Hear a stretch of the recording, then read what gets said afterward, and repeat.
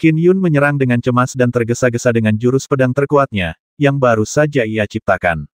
Jurus ke-6 Pedang Mimpi, pertemuan petir pertama, bagaikan angin musim semi yang membawa hujan rintik-rintik. Jurus itu sangat lembut dan seluruh kekuatannya terpusat. Suara mendesing. Setitik hujan berasap menghujani medan perang yang kacau dalam sekejap. Banyak jiwa esensi cakrawala ketiga dari berbagai faksi teratas hampir tidak menyadarinya karena mereka sedang terburu-buru mencari harta karun.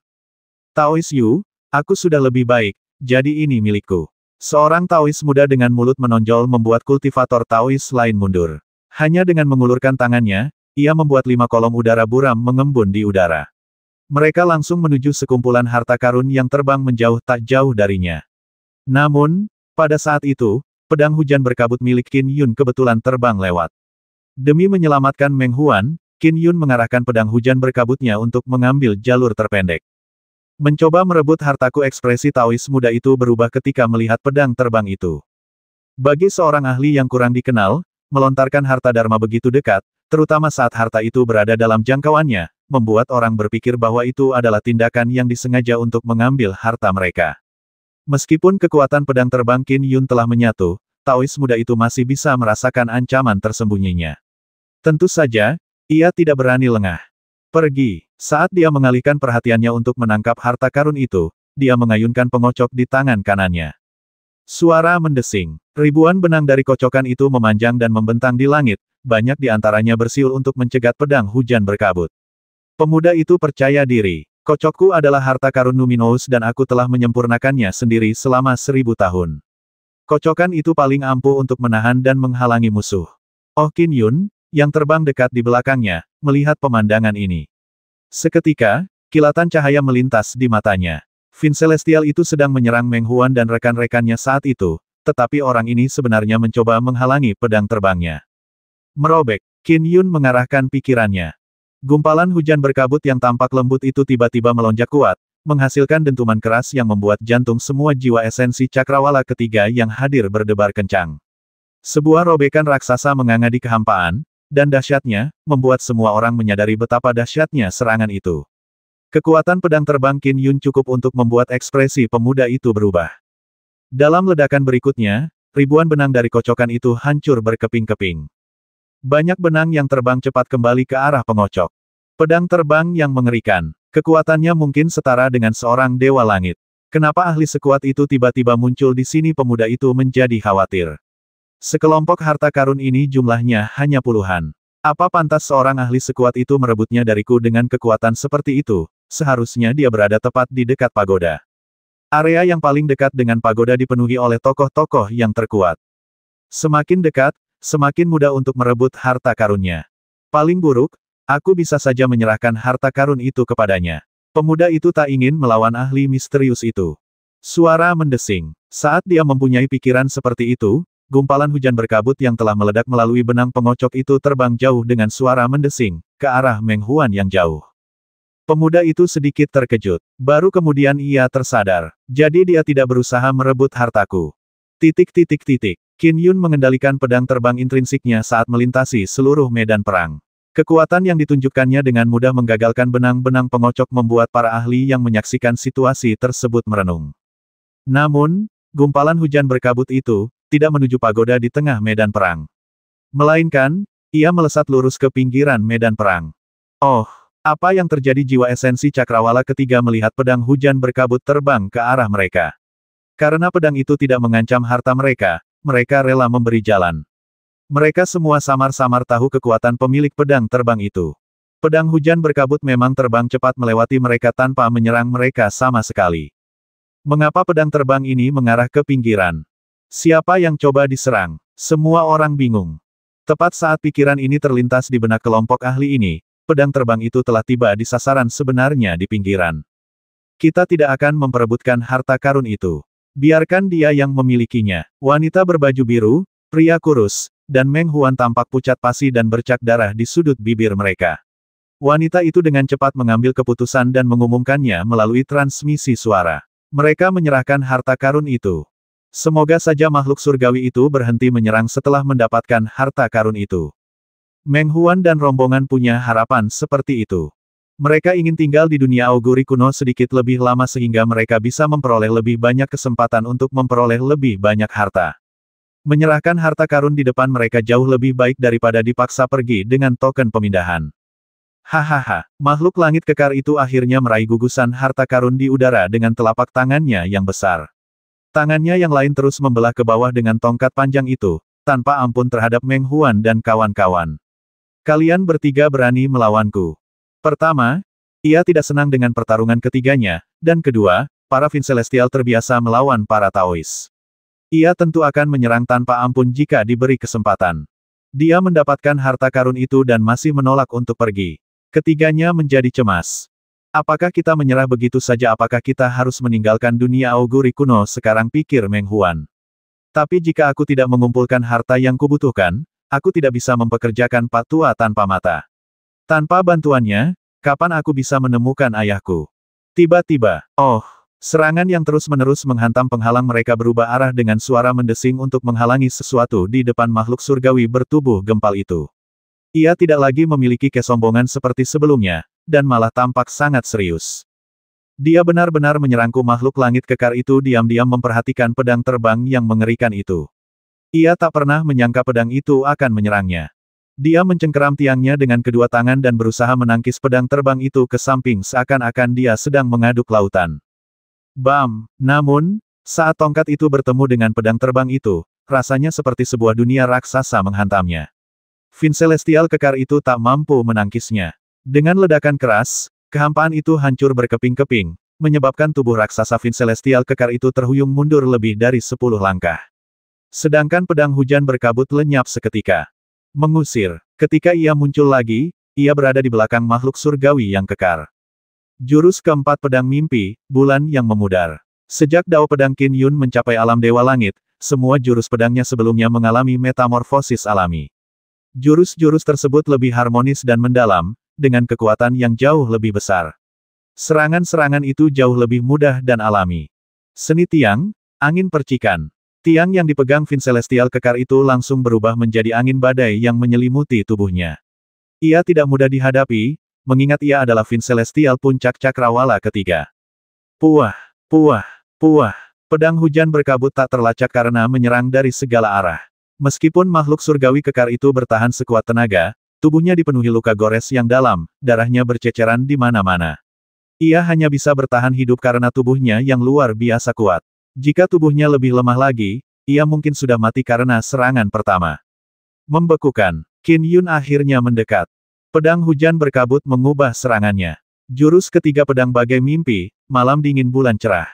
Jurus ini mampu membekukan kehampaan sekaligus tubuh makhluk hidup. Cengkeraman Qin Yun terhadap kehampaan semakin mendalam oleh karena itu, serangannya semakin tak terduga. Sosok kekar itu bisa merasakan setiap tetes darah di tubuhnya mulai membeku. Seiring aliran darah melambat, kristal-kristal es mulai membentuk otot dan tulangnya. Kecepatannya pun menurun drastis. Basmi. Setelah itu, pedang hujan berkabut mengubah metode serangannya sekali lagi. Beralih dari Bright Moon Cold Nights ke serangan terkuat, First Lightning Encounter. Seperti angin sepoi-sepoi dengan gerimis tipis, pedang terbang itu langsung menuju ke dada makhluk surgawi itu. Ini gawat. Meskipun kecepatan Fin Celestial itu langsung kembali normal, pedang terbang itu melesat ke dadanya dengan kecepatan tinggi. Ia hanya bisa menggertakkan gigi dan memasang ekspresi buas. Darah mulai merembes dari giginya saat ia mengacungkan tongkatnya sekuat tenaga. Namun, ia jelas satu ketukan lebih lambat. Ia hanya bisa melepaskan tongkat itu dan menggunakan tangannya untuk menangkis dadanya. Telapak tangannya setara dengan harta dharma kelas 1. Akan tetapi, apa yang tampak seperti serangan lembut ternyata menciptakan ledakan dahsyat. Lengannya hancur berkeping-keping, darah berceceran. Makhluk Fin Celestial itu terlempar mundur, tetapi dadanya tetap utuh. Luka yang diderita lengannya sangat parah, tetapi daging dan darahnya terus tumbuh kembali. Apa jiwa-jiwa esensi yang sedang memperhatikan pertempuran itu diam-diam terkejut. Hanya 10 serangan lebih sedikit saja sudah cukup untuk melukai Fin Celestial puncak cakrawala ketiga dengan parah. Inikah kekuatan Dewa Langit atau Ibel Langit? Qin Yun sudah tiba, menatap dingin ke arah benda langit itu. Dengan lambaian tangannya, pedang Qi melilit tiang perunggu kemerahan itu dan menariknya ke arahnya. Siapa dia? Wanita berbaju biru itu menatap Qin Yun dengan bingung. Dia tampak seperti seorang pendekar pedang abadi, tetapi kekuatannya setara dengan seorang pendekar langit. Kapan pendekar pedang abadi yang begitu mengerikan muncul di dunia agung bercahaya kita? Dia pastilah dewa langit yang bereinkarnasi. Pria kurus itu menatap Qin Yun dengan penuh semangat. Adapun Meng Huan, dia menatap sosok itu dengan linglung. Sosok itu sangat familiar baginya. Sosok itulah yang telah membesarkannya. Pria ini membimbingnya berlatih pedang, setiap pagi dan sore, baik hujan maupun cerah, tanpa memandang musim. Pria ini selalu dengan sabar mengajarinya, membimbingnya di jalan menjadi seorang pendekar pedang. Pria ini adalah ayahnya, orang yang paling diidolakannya. Ayahnya adalah yang terkuat di dunia, pendekar pedang tak tertandingi yang tak tertandingi dalam sejarah. Ia menghancurkan kehampaan dan bangkit setelah hanya berkultivasi selama beberapa dekade. Bakatnya puluhan, bahkan ratusan kali, lebih tinggi daripada ayahnya. Ayah Meng Huan menatap sosok itu dan bergumam. Dia merasa agak tidak percaya. Ayah yang selama ini ia idam-idamkan hadir di hadapannya begitu saja. Qin Yun tentu saja tidak berhenti setelah melukai makhluk besar kekar itu dan merebut tongkatnya. Pedang hujan berkabut melanjutkan serangannya terhadap makhluk surgawi yang tak bersenjata. Meskipun tangannya pulih dengan cepat, Sang Fin Celestial terus mundur sambil menggunakan telapak tangannya yang berdarah untuk memanggil perisai guna menahan serangan pedang hujan berkabut.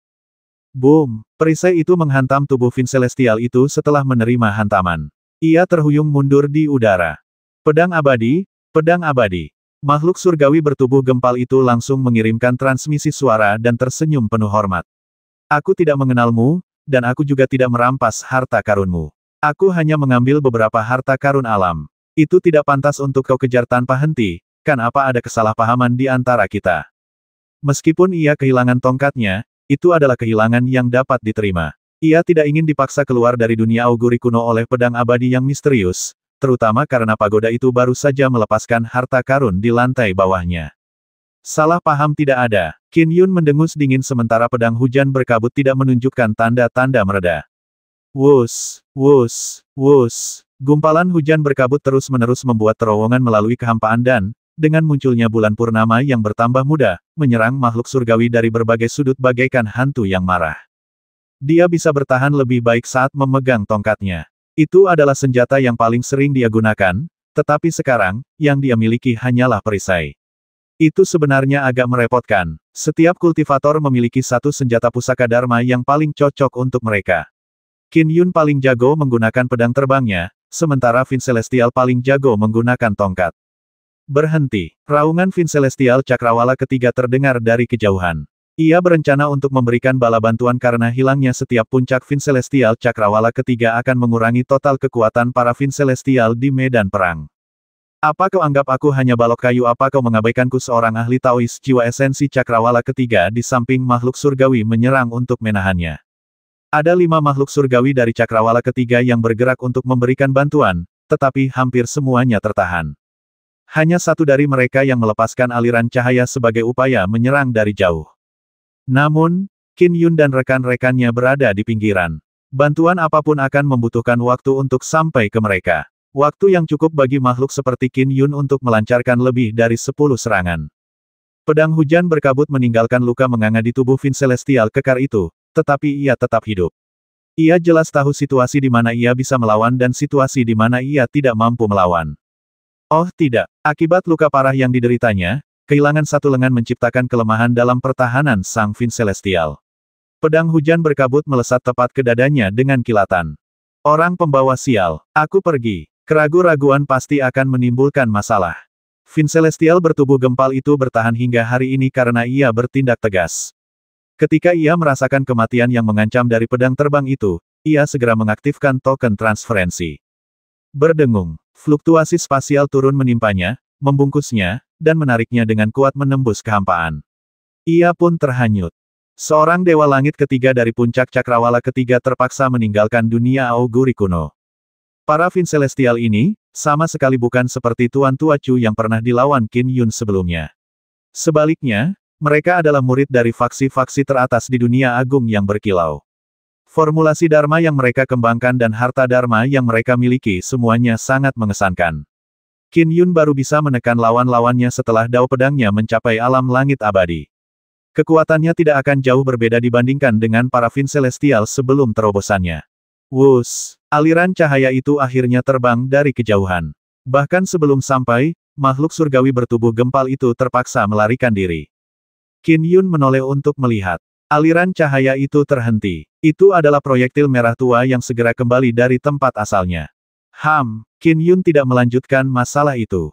Terlalu sedikit jiwa esensi cakrawala ketiga di medan perang yang bisa menjadi ancaman baginya. Saat mengamati pertempuran, ia hanya menemukan 3 jiwa esensi di dekat pagoda yang kekuatannya setara dengan Dewa Langit atau Ibel Langit. Kekuatan mereka kurang lebih sama dengan dirinya. Mungkin butuh waktu untuk menggambarkannya, tetapi pertempuran antara Qin Yun dan makhluk surgawi kekar itu berlangsung sangat cepat.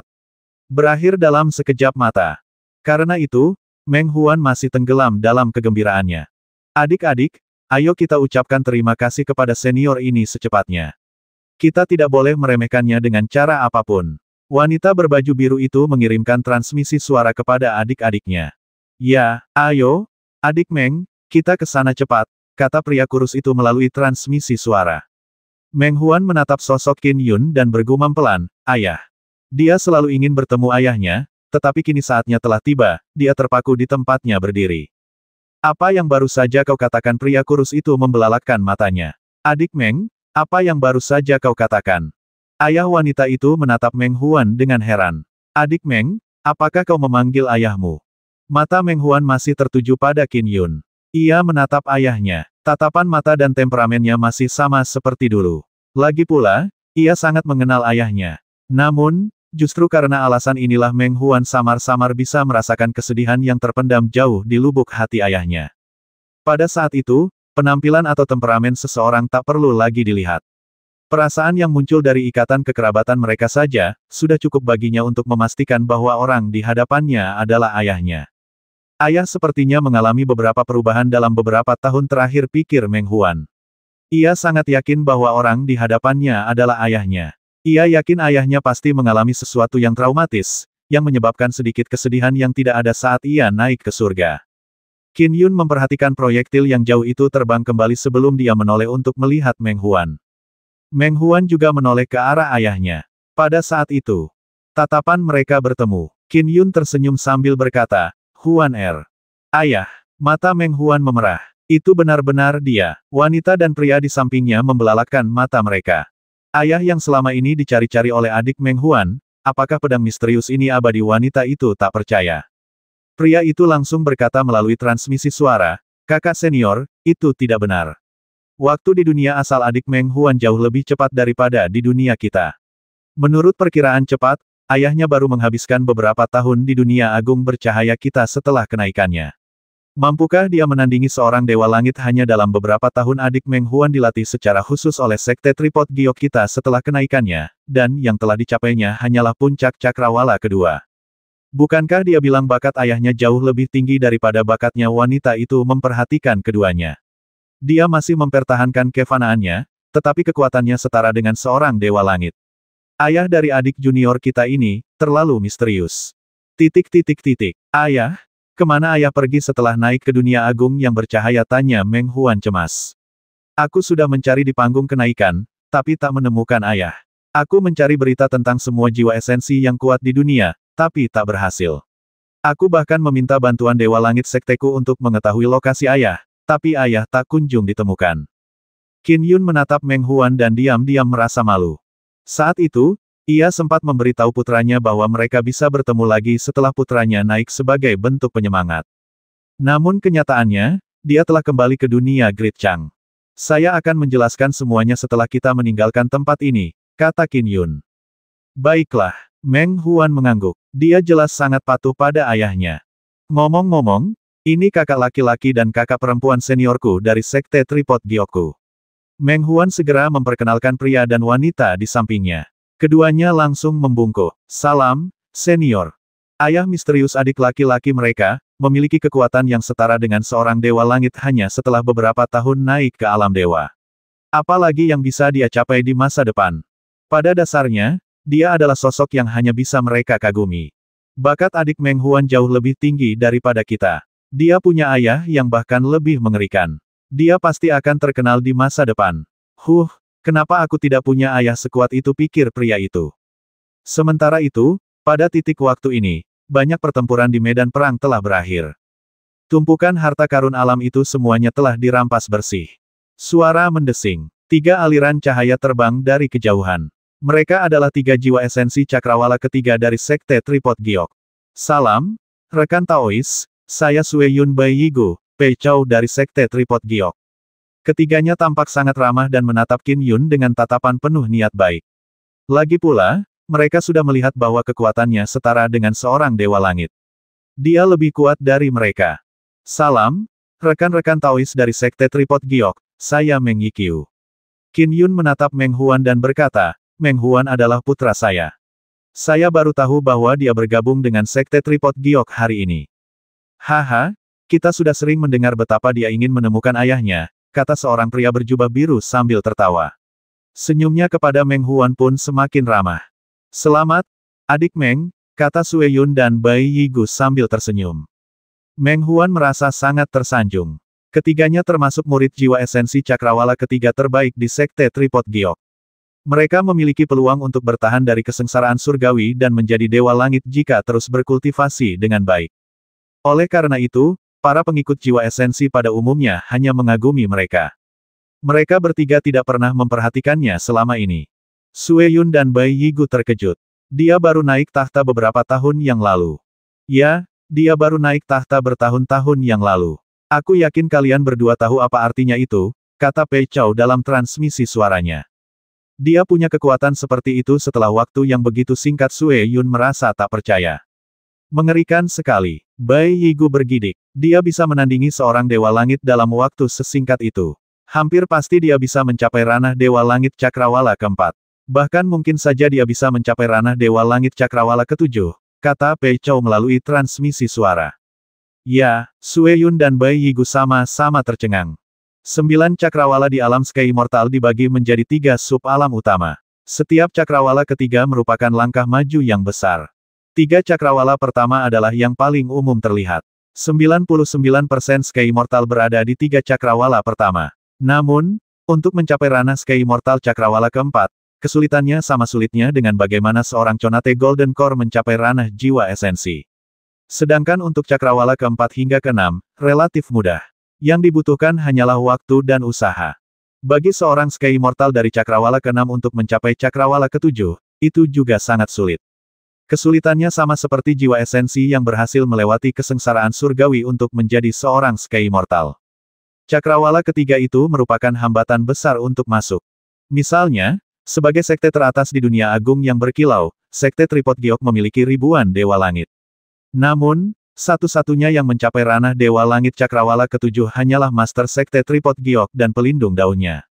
Alam langit abadi cakrawala ketujuh. Itu sudah cukup untuk menjadikan seseorang penguasa suatu wilayah. Bahkan di 3 alam, seseorang yang menimbulkan malapetaka akan menjadi ibel yang kuat. Misalnya, beberapa mungkin memiliki kekuatan ilahi yang sangat kuat atau memiliki harta karun Numinous Conate yang kuat. Mereka menimbulkan ancaman serius. Dewa 9 Gagak Agung, yang meninggal di dunia auguri kuno, telah mengandalkan harta karun Numinous Conate-nya untuk menandingi Dewa Emas dan Buddha. Akan sulit bagi pengadilan surgawi bahkan jika mereka ingin mengirim jenderal dan prajurit surgawi untuk membasmi ibel dan membasmi kejahatan. Bagaimana dengan Dewa Emas Buddha Naga leluhur penyihir leluhur eksistensi di level figur perkasa? Silsilah Magus mungkin lebih lemah daripada mazhab Buddha dan Tao, tetapi mereka adalah warisan yang menyebar di 3 alam. Total ada 10 orang yang telah mencapai alam Magus leluhur. Mereka disebut 10 magi. Adapun para naga, mereka adalah spesies yang sangat kuat di setiap sudut kosmos 3 alam yang tak berujung. Mereka menduduki lautan di dunia yang tak terhitung jumlahnya, tetapi tidak lebih dari 10 yang telah mencapai alam naga leluhur. Jelaslah betapa langkanya sosok perkasa itu. Jumlah mereka terlalu sedikit. Bagi banyak dewa langit, akan menjadi prestasi luar biasa jika bisa bertemu dengan seorang dewa emas sepanjang hidup mereka. Sue Yun, Bai Yigu, dan Pei Chou tidak berani membayangkan Qin Yun sebagai dewa emas. Namun, jika ia mencapai ranah dewa langit cakrawala ketujuh, ia bisa menjadi penguasa. Ia juga akan mendapatkan kesempatan untuk direkrut menjadi pejabat pengadilan surgawi. Mungkin, ia bisa menghadiri ajaran leluhur Dao atau leluhur Buddha. Bahkan di dunia agung, ia bisa menjadi pemimpin sekte terkemuka. Keberadaan pada level seperti itu sudah cukup untuk membuat ketiganya langsung mengaguminya. Tatapan mereka pada Qin Yun tentu saja berubah menjadi penuh semangat. Dia mungkin akan menjadi kekuatan besar yang mengguncang tiga alam di masa depan. Tentu saja, yang terbaik adalah membangun hubungan dengannya. Taois Yiqiu, kata Sue Yun berjubah biru sambil tersenyum. Kau datang tepat waktu. Meskipun dunia auguri kuno memiliki banyak harta, tempat itu juga sangat berbahaya.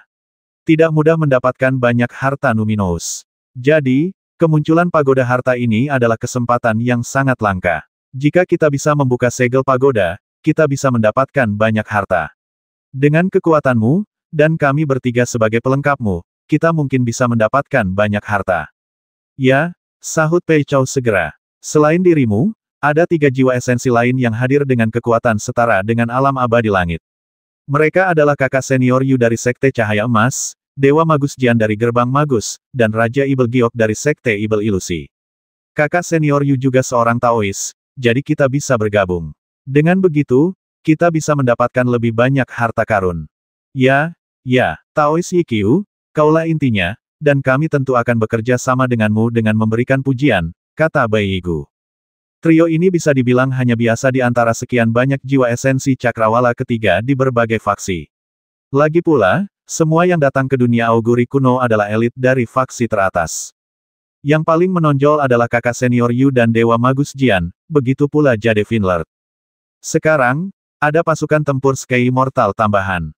Tentu saja, lebih banyak harta karun bisa diperoleh sebagai hasilnya. Tentu, Qin Yun mengangguk sambil tersenyum. Dia tentu tidak akan melepaskan kesempatan untuk mendapatkan harta karun. Karena aku baru saja bertemu Huan Er, izinkan aku mengobrol dengannya, kata Qin Yun.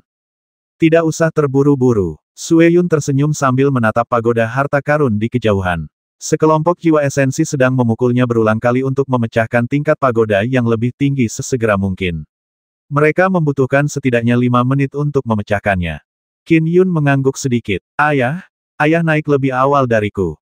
Mengapa ayah mengubah kultivasi ayah menjadi formula Dharma Pedang Abadi? Meng Huan tak kuasa menahan diri untuk bertanya. Kudengar formula Dharma Pedang Abadi mustahil untuk memadatkan jiwa esensi. Haha, adik Meng, pengetahuanmu memang sedikit, wajar saja karena belum lama kau naik ke tingkatan ini, kata Pei Chou sambil tersenyum. Memang sudah menjadi rahasia umum bahwa formulasi Dharma Pedang Abadi mencapai batasnya di alam inti emas bawaan.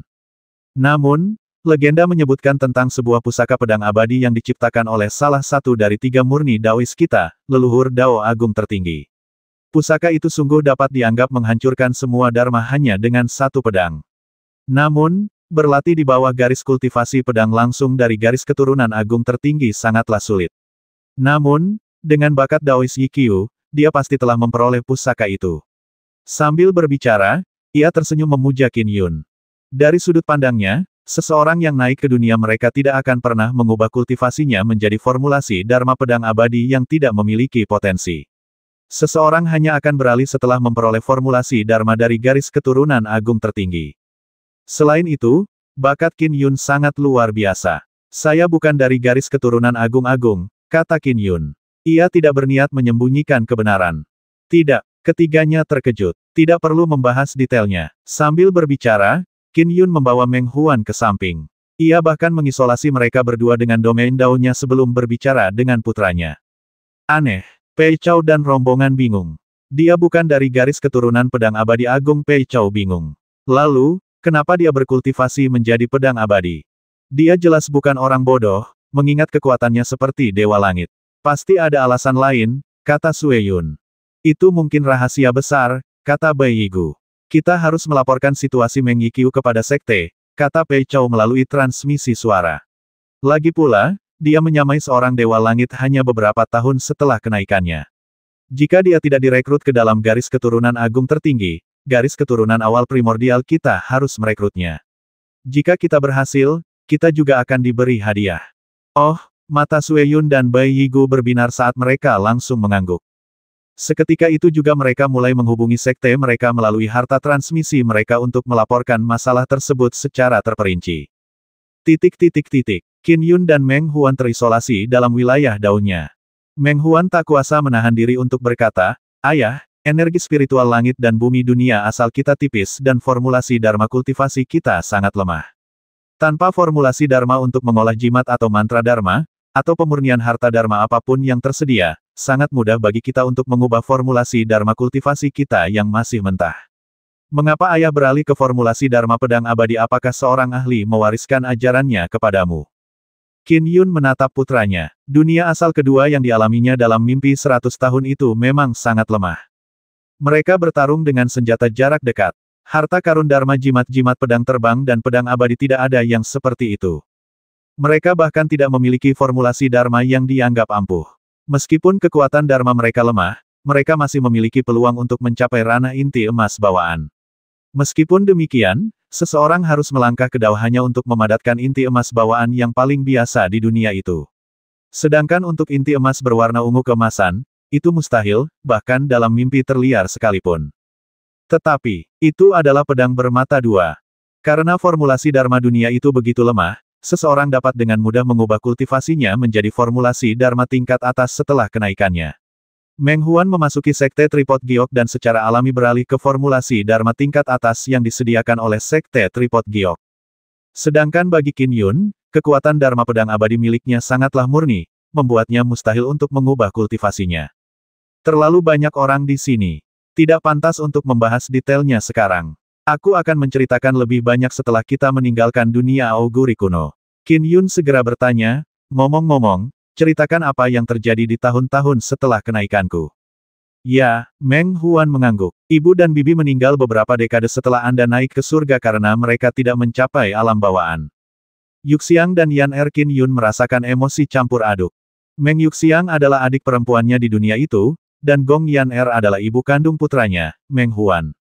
Meskipun hubungannya dengan mereka tidak sedekat hubungannya dengan putranya, dia mengembangkan rasa sayang terhadap mereka setelah sering menghabiskan 50 tahun bersama mereka. Ayah, ibu, dan bibi pergi dengan damai. Mereka tidak meninggalkan penyesalan, kata Meng Huan. Ya, hidup, sakit, dan mati itu biasa. Qin Yun mengangguk. Hanya dengan menghancurkan kehampaan dan bangkit, seseorang dapat melepaskan diri darinya. Namun, hanya sedikit yang bisa melakukannya. Ngomong-ngomong, apa yang terjadi dengan ketiga cucuku itu? Sekarang ada 5. Qin Yun terkejut. Dulu ketika ia naik tahta, Meng Huan hanya punya 3 anak. Tapi sekarang ia punya 5. Ayah, aku punya 2 lagi setelah kenaikanmu. Meng Huan tersenyum sebelum melanjutkan, yang kelima memiliki bakat tertinggi. Sebelum aku naik, dia akhirnya melangkah ke Dao setelah berkultivasi selama lebih dari 200 tahun. Dengan ajaran keluarga Meng, dia sepenuhnya mampu mendukung keluarga untuk masa depan. Baru setelah mengetahui hal itu, aku merasa nyaman untuk menghancurkan kehampaan dan naik. Bagaimana dengan sisanya? Tanya Qin Yun. Ayah dan anak itu mengobrol santai. Mereka membicarakan banyak orang, termasuk murid-murid yang diterima Qin Yun saat itu. Qin Yun juga cukup prihatin dengan nasib kakak seniornya, Zuo Tang, serta teman-teman baiknya. Sebelum mereka sempat menyelesaikan percakapan, ketiga murid dari Sekte Tripod Giok terbang mendekat. Mereka tampak agak cemas. Taois Yikyu. Qin Yun langsung mengerti alasannya. Ia melirik pagoda di kejauhan. Formasi susunan yang menyegel lantai 4 sudah hancur berantakan dan sepertinya tidak akan bertahan lama. Kita harus segera bergegas. Kalau kita menunda lebih lama lagi, semua harta karun akan dirampas, kata Pei Chou melalui transmisi suara. Aku mengerti. Huan ikutlah denganku. Sedangkan 2 rekan muridmu, mereka bisa bergabung denganmu. Qin Yun melirik wanita berbaju biru dan pria kurus itu. Terima kasih, senior. Wanita dan pria itu langsung gembira. Jika Qin Yun hanya membawa putranya, akan sulit bagi mereka untuk membentuk formasi tempur hanya berdua. Fiuh, Sue Yun, Bai Yigu, dan Pei Chou mengikuti tanpa sepatah kata pun. Kelompok itu dengan cepat terbang menuju pagoda. Banyak jiwa esensi dari berbagai sekte terkemuka memandang ke sana kemari. Meskipun lebih mudah mendapatkan harta karun semakin dekat ke pagoda, itu juga lebih berbahaya. Sekte Tripod Giok sungguh beruntung. Memikirkan mereka menemukan penolong seperti itu. Aku ingin tahu apa yang dialaminya hingga dia menjadi sekuat ini.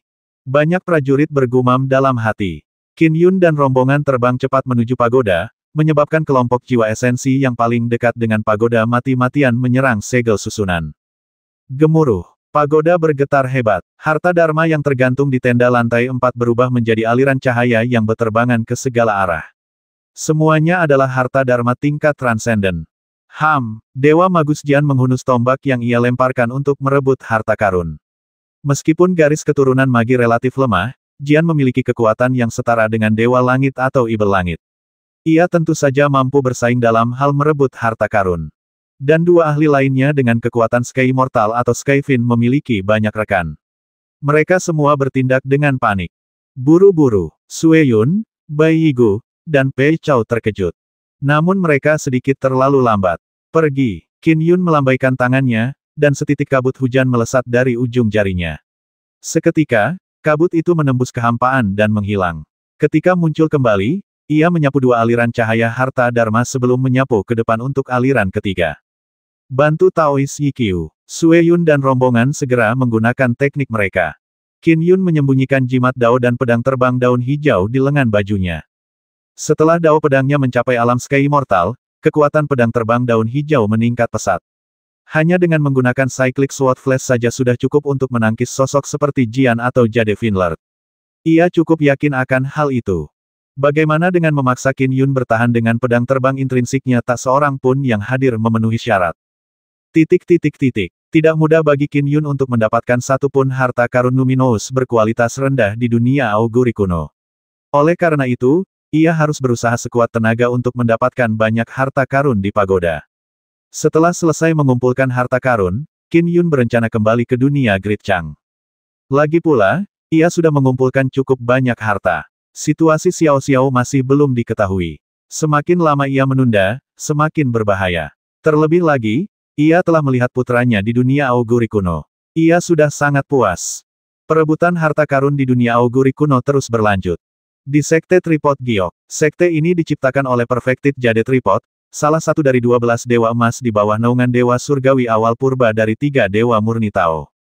12 dewa emas sangat terkenal di 3 alam. Mereka juga memiliki senioritas yang tinggi, seperti kesatuan primordial sempurna, kebajikan Tao, kerabat sempurna. Lebih lanjut, mereka juga mempelajari ajaran Buddha, membuat mereka sangat mengesankan di seluruh 3 alam. Meskipun Tripod Giok sempurna tidak mencolok, kekuatan tempurnya sangat menakutkan. Mereka bahkan tidak menganggap remeh pengadilan surgawi. Lagi pula, mereka adalah murid pribadi yang diterima oleh dewa surgawi awal primordial sebelum orang lain. Dulu ketika mereka dikenal oleh semua orang di 3 alam, pengadilan surgawi belum terbentuk. Baru dari generasi ketiga murid dari garis keturunan awal primordial mengambil posisi di pengadilan surgawi. Banyak dari mereka adalah jenderal yang memegang banyak kekuasaan di pengadilan surgawi. Kakak senior Master Sekte, seorang Taois bertubuh gemuk dan bertelinga besar melangkah melintasi kehampaan dan tiba di tepi kolam teratai. Di tengah kolam, seorang pria kecil tertidur lelap di atas daun teratai. Kakak senior Master Sekte, bangun. Teriak Taois gemuk itu keras. Suaranya menghasilkan gelombang kejut yang memancar keluar. Pria mungil itu, yang seukuran jari, berdiri kaget. Ketika melihat Taois gemuk itu dari kejauhan, ia melangkah, menyebabkan tubuhnya membesar dengan cepat hingga seukuran orang normal. Ia adalah seorang Taois berjanggut. Sambil berjalan ke tepi kolam, ia berkata, "Saudara muda, jika kau tidak punya sesuatu yang sangat penting untuk kukatakan, aku pasti tidak akan membiarkanmu mengganggu kultivasi mimpiku." Kultivasi mimpi Taois gemuk itu mengerucutkan bibirnya. Beraninya kau menyebutnya kultivasi. Siapa yang tahu apa yang terjadi dalam mimpimu? Apa yang kau ketahui tentang berkultivasi dalam mimpi, dengus Taois berjanggut itu? Kau sudah menjadi Dewa Langit Cakrawala ke-8, sementara aku baru di tingkat ke-6. Kau boleh bicara apa saja, kata Taois gemuk itu. Oh ya, mari kita bicarakan hal yang lebih mendesak. Silakan. Taois berjanggut itu duduk bersila dan, dengan jentikan tangannya, muncul 2 botol anggur gourmet. Ia melemparkan 1 botol kepada Taois gemuk itu dan meminum botol lainnya. Terima kasih. Taois gemuk itu mengangkat botol alkohol itu dengan gembira. Ia membuka mulutnya saat alkohol mengalir dari mulut botol ke mulutnya. Sambil meminumnya dengan gembira, ia menggelengkan kepala dan berkata, "Aku mendapat kabar dari murid-murid kami. Mereka sedang membicarakan tentang seorang pendekar pedang abadi di antara para kultivator dalam ujian dunia auguri kuno. Dia memiliki kekuatan yang mencapai alam langit abadi. Pedang abadi fana yang setara dengan Dewa Langit Taois berjanggut itu bingung. Apakah dia dari garis keturunan Dewa Pedang Agung? Dia bukan dari garis keturunan Agung-Agung, kata Taois gemuk itu. Orang itu sendiri yang menyangkalnya. Oh, Taois berjanggut itu bingung. Seorang Dewa Langit yang bereinkarnasi mustahil. Dewa Langit memiliki masa muda yang abadi. Jika mereka memilih untuk bereinkarnasi, seorang senior dari sektenya atau seorang teman baik akan bertugas membimbing mereka. Mustahil baginya untuk memilih formulasi Dharma Dewa Pedang. Nama orang itu Meng Yiqiu. Dunia asalnya memiliki energi spiritual langit dan bumi yang tipis sehingga mustahil untuk memadatkan jiwa esensi, tambah Taois gemuk itu. Hanya beberapa tahun setelah kenaikannya, kekuatannya telah mencapai kekuatan seorang Dewa Langit. Tingkat kultivasi seperti itu benar-benar belum pernah terjadi sebelumnya. Jika dia bukan dari garis keturunan Pedang Abadi Agung, mungkin dia benar-benar membuat kesalahan dan memilih untuk mengolah formulasi Dharma Pedang Abadi. Saya pikir dengan bakatnya, kita harus membawanya ke garis keturunan awal primordial kita. Meskipun dia tidak bisa mengubah kultivasinya, dia pasti bisa bereinkarnasi. Kakak senior, Anda bisa membimbingnya secara pribadi dan membiarkannya mengingat kembali kenangan masa lalunya sebelum dia mulai berkultivasi, kata Taois gemuk itu. Bakatnya setinggi itu sang Taois berjanggut tercengang. Tiga alam begitu luas. Sosok seperti apa yang tidak ada di sana, tanya Taois gemuk itu. Banyak tokoh perkasa sepanjang sejarah sudah menantang surga saat mereka masih anak-anak. Taois berjanggut itu mengangguk. Baiklah, aku akan memeriksanya. Jika dia menarik perhatianku, aku akan meminta pengadilan surgawi untuk menyelidiki latar belakangnya. Jika tidak ada masalah dengan asal-usulnya, aku bisa melaporkan hal ini kepada guru dan memintanya untuk menandainya. Kelompok-kelompok utama di tiga alam sering bersaing untuk mendapatkan kultivator yang kuat. Terjadi pertikaian internal untuk mendapatkan bakat bahkan di antara tiga orang murni Taois. Penganut Taoisme akan bersaing dengan penganut Buddha. Begitu pula pengadilan surgawi. Tentu saja, garis keturunan Fin Celestial juga melakukannya. So, sebuah kapal terbang menembus lapisan awan di dunia agung yang berkilau. Saat melewati lapisan awan ke-6, dengan miliaran baut listrik memercik di sekitarnya, pemandangan sebuah planet raksasa yang menggantung di cakrawala yang jauh pun terlihat. Seorang biksu muda berpakaian putih duduk bersila di haluan perahu. Di belakangnya ada seorang biksu tua berjubah longgar memegang kipas tipis. Biksu tua itu terkekeh dan berkata, akhirnya kita tiba di dunia auguri kuno. Di Tenside, sebuah pagoda harta karun telah muncul di dunia auguri kuno. Ada banyak harta karun luminous di pagoda itu. Sungguh kesempatan langka sampai-sampai aku harus menebalkan kulitku dan meminta bantuanmu meskipun aku adalah gurumu. Kau mungkin tidak peduli dengan harta karun luminous, tapi aku kekurangannya. Paman mastermu juga sedang kekurangan. Aku mengerti. Jika kita bisa tiba tepat waktu, aku pasti akan berusaha sebaik mungkin untuk mendapatkannya.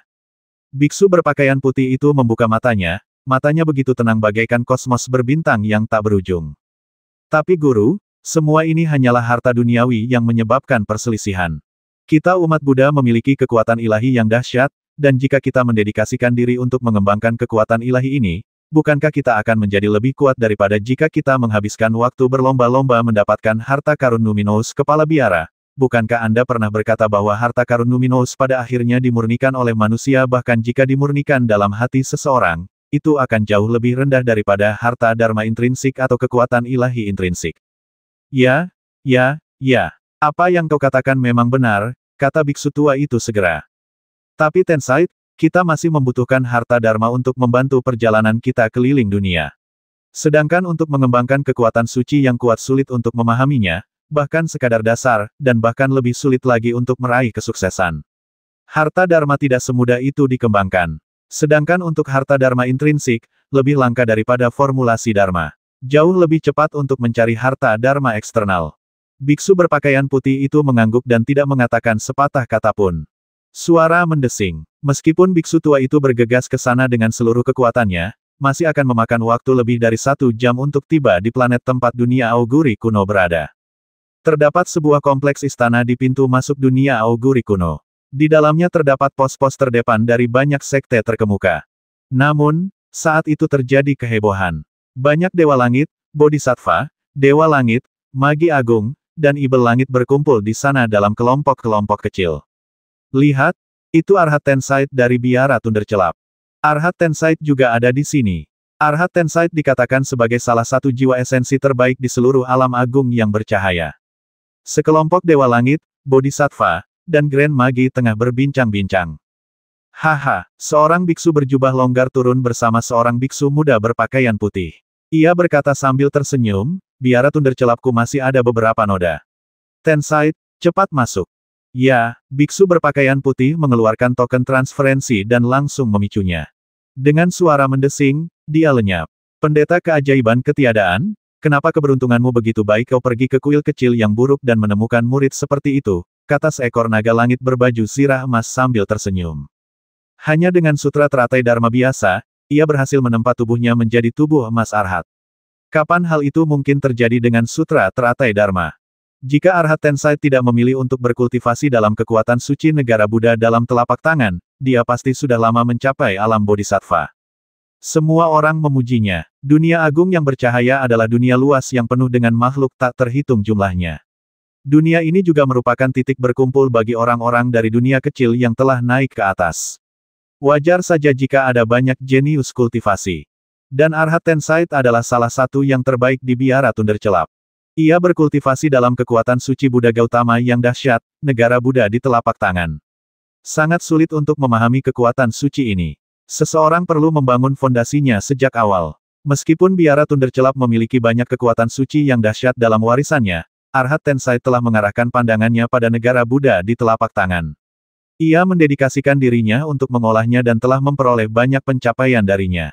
Pertarungannya yang paling terkenal adalah ketika ia menggunakan satu serangan telapak tangan untuk memenjarakan ibel langit di telapak tangannya. Sekembalinya ke biara tundercelap, ia melemparkan ibel langit langsung ke pagoda penyegel ibel. Dia menjadi terkenal hanya dari satu pertempuran. Dia diakui publik sebagai salah satu jiwa esensi terkuat di dunia agung yang berkilau. Di dalam dunia auguri kuno, di sekitar pagoda. Banyak jiwa esensi berkumpul di sana karena faksi-faksi teratas telah menetapkan aturan. Hanya murid yang menghadiri ujian yang dapat bersaing memperebutkan harta karun.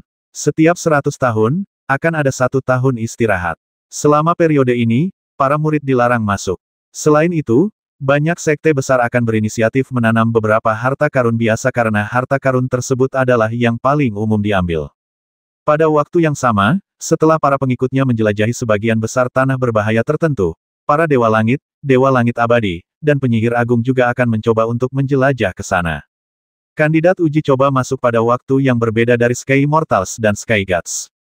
Pada saat itu, meskipun pagoda telah muncul, para dewa langit dan dewa langit tidak dapat masuk untuk berebut harta karun karena aturan. Jumlah pakar yang hebat semakin meningkat. Ada beberapa yang baru saja datang ke dunia auguri kuno. Namun, semakin banyak ahlinya, semakin cepat segel di pagoda akan retak. Sekarang, hanya tersisa 1 lantai, hanya menyisakan 3 harta karun luminous bermutu tinggi yang bisa diperebutkan. Semua jiwa esensi tengah mendiskusikan masalah itu. Adapun Qin Yun, dia bersama Meng Huan menonton di sampingnya. Ledakan, ledakan, ledakan. Setiap pihak menyerang tetapi, karena merupakan penutup lantai terakhir, formasi susunan adalah yang paling stabil dan rumit. Jumlah ahli terus bertambah. Qin Yun sangat berhati-hati. Ketika berbagai faksi besar pertama kali mengetahui tentang pagoda itu, mereka butuh waktu untuk mengirim orang. Namun seiring berjalannya waktu, murid-murid paling elit dari berbagai faksi besar secara bertahap tiba. Selain Qin Yun, kini ada 7 jiwa esensi yang memiliki kekuatan dewa langit atau ibel langit. Hal ini juga berfungsi sebagai demonstrasi warisan mendalam dari Effulgent Great World. Selain ketujuh orang itu dan Qin Yun, ada seseorang yang bahkan lebih kuat. Dia tak lain adalah peri rejade dari Istana Giok Indah, yang pernah mengalahkan ibel langit secara langsung. Saya memperoleh 9 harta karun Dharma tingkat transenden, 2 harta karun luminous tingkat inferior, dan 1 harta karun luminous tingkat medial. Qin Yun memandangi perahu terbang, set zirah, dan segel emas. Persaingan untuk mendapatkan harta karun luminous tingkat superior terakhir pasti akan ketat. Awalnya, jumlah ahli relatif lebih sedikit.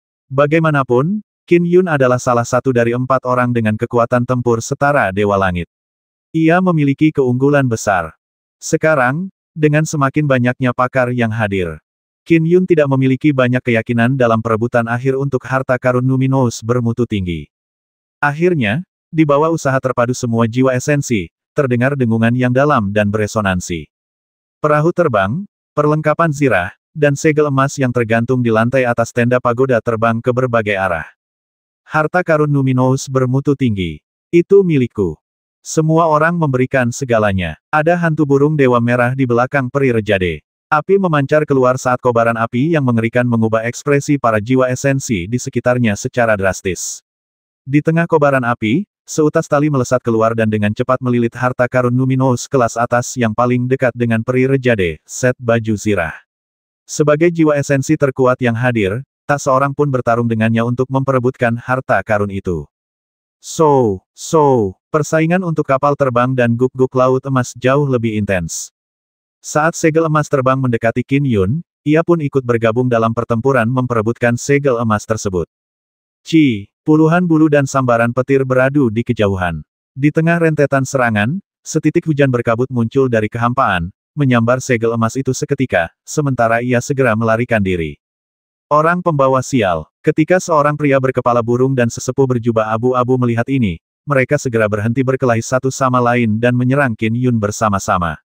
Namun, pedang hujan berkabut milik Qin Yun sangat unggul dalam hal pertahanan. Pedang itu berhasil memberikan pertahanan yang kuat sekaligus dengan cepat membawa segel emas ke arah Qin Yun. Serahkan harta karunnya. Manusia fana sepertimu tak akan membutuhkan harta karun Numinous bermutu tinggi. Pria berkepala burung dan tetua berjubah abu-abu itu memiliki kekuatan tempur yang setara dengan Dewa Langit atau Ibel Langit. Mereka mengerahkan berbagai cara untuk menyerang Qin Yun sendiri, alih-alih menggunakan pedang. Bagaimana dengan ahli lainnya? Selain dari perahu terbang, segel emas, dan perlengkapan zirah, pagoda harta karun yang kini tak bergerak itu juga merupakan harta karun Numinous bermutu tinggi yang sangat berharga. Peri Rejade merampas set zirah itu. Qin Yun dan dua lainnya bersaing memperebutkan segel emas. Dua orang lainnya bersaing untuk mendapatkan kapal terbang tersebut. Tiga lainnya bersaing memperebutkan pagoda harta karun. Trik kecilmu itu tidak akan berpengaruh apa-apa padaku. Qin Yun pun mengerahkan segala cara yang tersedia. Pedang terbang daun hijau melancarkan kilatan pedang siklik dan harta karun Numinous barunya yang bermutu rendah, Smoky Five Elements Arai, langsung menyelimuti area tersebut. Ia bahkan memegang jimat dao siap digunakan. Hanya dengan menunda sedikit waktu saja, pedang hujan berkabut dapat membawa segel emas ke arahnya. Ambil. Qin Yun segera meraih segel emas harta karun Numinous bermutu tinggi. Ia menuangkan kekuatan dharmanya ke dalamnya, dan 4 kata muncul di sana, segel Empyrean kecil. Bersamaan dengan itu, pedang hujan berkabut berubah menjadi penghalang kilatan pedang siklik yang mengelilinginya dengan sebuah pikiran. Qin Yun merasa sepenuhnya yakin akan keselamatannya. Apa pria berkepala burung dan tetua berjubah abu-abu itu geram dan cemas karena kejadian itu. Namun, mereka tak punya pilihan. Mereka segera berbalik dan menuju pagoda. Hanya dalam waktu singkat, kapal terbang, perlengkapan perang, dan segel emas semuanya telah diklaim. Hanya pagoda yang berdiri kokoh, seakan-akan tak dapat direbut. Tenside, ini milikku. Teriakan marah menggelegar. Sebuah tangan yang diselimuti bulu hitam terulur dari kejauhan. Tangan itu tampak seperti pilar yang membentang di langit, panjangnya sekitar 50 km. Tentu saja, ini akan ditentukan oleh keahlian. Terdengar tawa kecil saat sebuah telapak tangan besar dan indah turun dari awan. Kulitnya tampak sebening kristal, seolah-olah itu adalah harta karun Numinous. Dunia yang samar-samar tampak terkurung di dalam telapak tangan itu. Pada akhirnya, pohon palem raksasa yang indah itu lebih cepat. Suara mendesing. Jiwa esensi lainnya gagal merebut pagoda, tetapi ketika telapak tangan yang indah mendarat, pola rune di permukaan pagoda bergerak. Dengan suara berderit, seolah wortel sedang dicabut, pagoda itu tercabut dari lumpur. Itu Arhat Tenside dan Apevin Junior saat ini dari Met. Apevin, seru orang-orang. Arhat Tenside dan Apevin Junior sangat terkenal. Mereka adalah orang-orang yang telah lama mampu bertahan dari kesengsaraan surgawi. Namun, mereka menginginkan fondasi yang kokoh karena tujuan ambisius mereka. Kalian cepat sekali. Kalian bertiga tidak berhak memiliki harta karun Numinous kelas atas. Diiringi raungan keras, dua lengan besar berbulu melesat ke arah Qin Yun dan seorang Taois lumpuh. Mereka masing-masing telah mendapatkan segel emas dan perahu terbang. Oh, ekspresi Taois yang lumpuh itu berubah. Waktunya pergi. Tanpa ragu, ia langsung mengaktifkan token transferensinya. Saat fluktuasi menghampirinya, fluktuasi itu membawanya pergi, membuatnya langsung lenyap. Qin Yun dengan tenang menatap lengan besar berbulu yang melesat ke arahnya. Ia segera mendesak dengan transmisi suara, "Huan Er, ayo pergi." "Baik, ayah," jawab Meng Huan segera. Ia segera mengaktifkan token transferensinya sesuai rencana yang telah mereka susun sebelumnya. Ia menghilang setelah dipindahkan. Bam! Telapak tangan raksasa itu mencengkeram kilatan pedang siklik yang dibentuk oleh pedang hujan berkabut. Pedang itu melengkung dan bergetar, tetapi tidak langsung retak. Jika kekuatan Dharmaku berada di puncak alam jiwa esensi cakrawala ketiga, dan pedang terbang intrinsikku dipupuk hingga puncaknya, aku pasti mampu melawannya, pikir Qin Yun. Apa dia menangkisnya? Kera berlapis baja itu menarik lengannya. Ia menyerbu maju dalam aliran cahaya yang berapi-api. Waktunya berangkat. Qin Yun meliriknya sebelum mengaktifkan token transferensi. So, dia menghilang. Dan pada saat itu, gulungan dunia auguri kuno mengalami perubahan peringkat. Tempat ke-92 berganti menjadi Thundercelap Monastery, Arhat Tenside. Tempat ke-99 berganti menjadi Sinik Jade Palace, Qin Yun.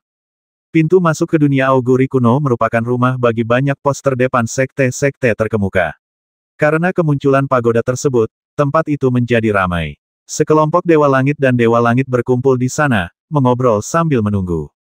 Cepat, lihat, ada perubahan dalam gulungan. Seorang Sky Immortal kebetulan mendongak dan melihat nama-nama itu mengembun tinggi di awan. Daftar tersebut berisi 100 kandidat uji coba teratas selama ratusan ribu tahun terakhir. Namun, seiring berjalannya waktu, harta karun menjadi semakin sulit didapatkan. Lagi pula, hasil yang mudah diraih sudah lama diambil. Hal ini menyebabkan peringkat daftar tersebut sedikit berubah dalam beberapa tahun terakhir. Biasanya, hanya ada perubahan di bagian belakang daftar. Perubahan di 10 besar terlalu sulit. Dan kali ini tak terkecuali. Dua nama baru yang muncul di roll juga ditempatkan di tahun 90-an. Seperti yang diharapkan dari Arhat Tenside. Tak butuh waktu lama baginya untuk melakukan roll. Hei, ada orang lain bernama Qin Yun. Qin Yun dari Istana Giok Indah para Bodhisattva, Dewa Langit, dan Dewa Langit kebingungan. Nama itu asing bagi mereka. Wus, wus, wus. Setelah itu, banyak tokoh bermunculan. Ada orang-orang seperti biksu muda berpakaian putih, Arhat Tenside, Qin Yun dan Meng Huan, serta banyak jiwa esensi kuat yang telah memperoleh panen berlimpah. Banyak dari mereka bergegas ke dunia auguri kuno demi pagoda harta karun. Karena kontes pagoda telah usai, semua orang berteleportasi. Adapun junior Ibel Kera Gunung saat ini, ia belum mendapatkan apapun setelah masuk. Oleh karena itu, ia tetap di dalam karena tidak terburu-buru untuk pergi. Pendeta keajaiban ketiadaan yang memegang kipas langsung berteriak, "Muridku tersayang." Ia tampak senang setelah menunggu dengan penuh harap. Arhat Tenside menatap gurunya dengan sudut bibirnya sedikit melengkung ke atas. Ia tersenyum sebelum terbang dengan patuh. Muridku tersayang, mendengarkan nasihatku ternyata pilihan yang bijaksana, ya munculnya pagoda harta karun sungguh peristiwa langka. Hanya perjalanan singkat dan kau mendapatkan harta karun luminous yang dahsyat. Pendeta ketiadaan ajaib tersenyum sambil mengamati sekelilingnya. Keajaiban ketiadaan itu merasa begitu puas diri sampai-sampai jenggotnya tampak berkibar. Yang dia lakukan hanyalah mendatangkan murid yang baik. Kesuksesannya bukan karena dia. Jika aku memiliki murid sebaik itu, aku juga akan memperoleh harta karun luminous yang kuat. Sekelompok teman lama bercanda. Saudara Ye, di mana Qin Yun dari Istana Giok Indahmu? Dia ada di daftar peringkat, dan tidak jauh dari Arhat Tenside dari biara Thundercelap. Benar sekali. Saudara Ye, siapa Qin Yun? Orang-orang bertanya karena penasaran. Dewa Langit berambut perak itu merasa sedikit malu, tetapi di permukaan ia tetap menunjukkan ekspresi gembira. Pada saat yang sama, ia mengalihkan pandangannya dan menemukan Qin Yun dan Meng Huan yang jauh. Murid Istana Giok yang indah. Dia tahu betul bahwa Qin Yun adalah orang luar yang meminjam salah satu tempat yang dialokasikan untuk Istana Giok Indah. Tentu saja, Istana Giok Indah mereka mendapatkan ketenaran sebagai hasilnya, memenangkan tempat di daftar. Qin Yun, sang Dewa Langit berambut perak mengirimkan transmisi suara. Pergilah ke Taman Giok Indah dan istirahatlah dulu. Setelah semua murid keluar, aku akan membawa kalian semua kembali ke Istana Giok Indah. Tentu saja, kau boleh pergi sendiri, tetapi aku tidak bisa mengantarmu jika kau pergi. Karena kau sudah punya banyak harta, sebaiknya kau ditemani oleh seorang senior. Qin Yun berbalik melihat ke kejauhan. Seorang Sky Immortal berambut perak sedang dikelilingi oleh sekelompok Sky God dan Sky Immortal. Baiklah, aku akan memikirkan cara untuk kembali, jawab Qin Yun melalui transmisi suara. Baiklah, sang Dewa Langit berambut perak mengangguk dan berkata melalui transmisi suara. Jangan terburu-buru meninggalkan dunia auguri kuno. Kita harus bicara baik-baik nanti, secara pribadi. Tentu, jawab Qin Yun. Ia juga punya banyak hal untuk dibicarakan dengan putranya. Ia berencana kembali ke dunia Great Chang setelah obrolannya. Qin Yun memimpin Meng Huan ke Taman Giok yang indah. Saudara Ye, karena Dewan telah menamai murid istana Giok indahmu, Qin Yun, dia seharusnya sudah keluar sekarang. Yang mana dia tanya seseorang. Benar sekali. Jika kau punya murid yang begitu cakap, dia pasti bukan orang yang tidak dikenal. Mari kita temui dia. Haha, dia bersembunyi dengan sangat baik. Sang Dewa Langit berambut perak terkekeh, tetapi tidak menjelaskan lebih lanjut. Taman Giok yang indah cukup indah dan terdapat beberapa bangunan tempat tinggal yang disediakan bagi para murid dan tetua pendamping untuk beristirahat sebelum dan sesudah memasuki dunia auguri kuno. Di sana terdapat murid-murid sekte luar biasa yang bertugas menyambut mereka. Di suatu kompleks, Qin Yun dan Meng Huan duduk mengelilingi meja batu. Ayah, coba ini. Meng Huan mengeluarkan beberapa gelas anggur berkualitas dan menuangkannya untuk Qin Yun. Qin Yun tersenyum melihat putranya menuangkan secangkir minuman untuknya. Suasana hatinya sedang baik. Dia mengangkat cangkir dan menyeruput isinya. Bagaimana Meng Huan menatap ayahnya dengan penuh harap. Anggur itu adalah anggur berkualitas yang telah lama ia siapkan untuk acara ini. Anggur yang enak, kata Qin Yun sambil tersenyum. Anggur yang enak justru membuat suasana minumnya semakin baik. Huan tidak pantas bagiku untuk memberitahumu secara detail saat kita sedang berlomba mencari harta karun di dunia auguri kuno, kata Qin Yun. Tapi apakah kau bingung mengapa aku berkultivasi dengan formula Dharma Pedang Abadi?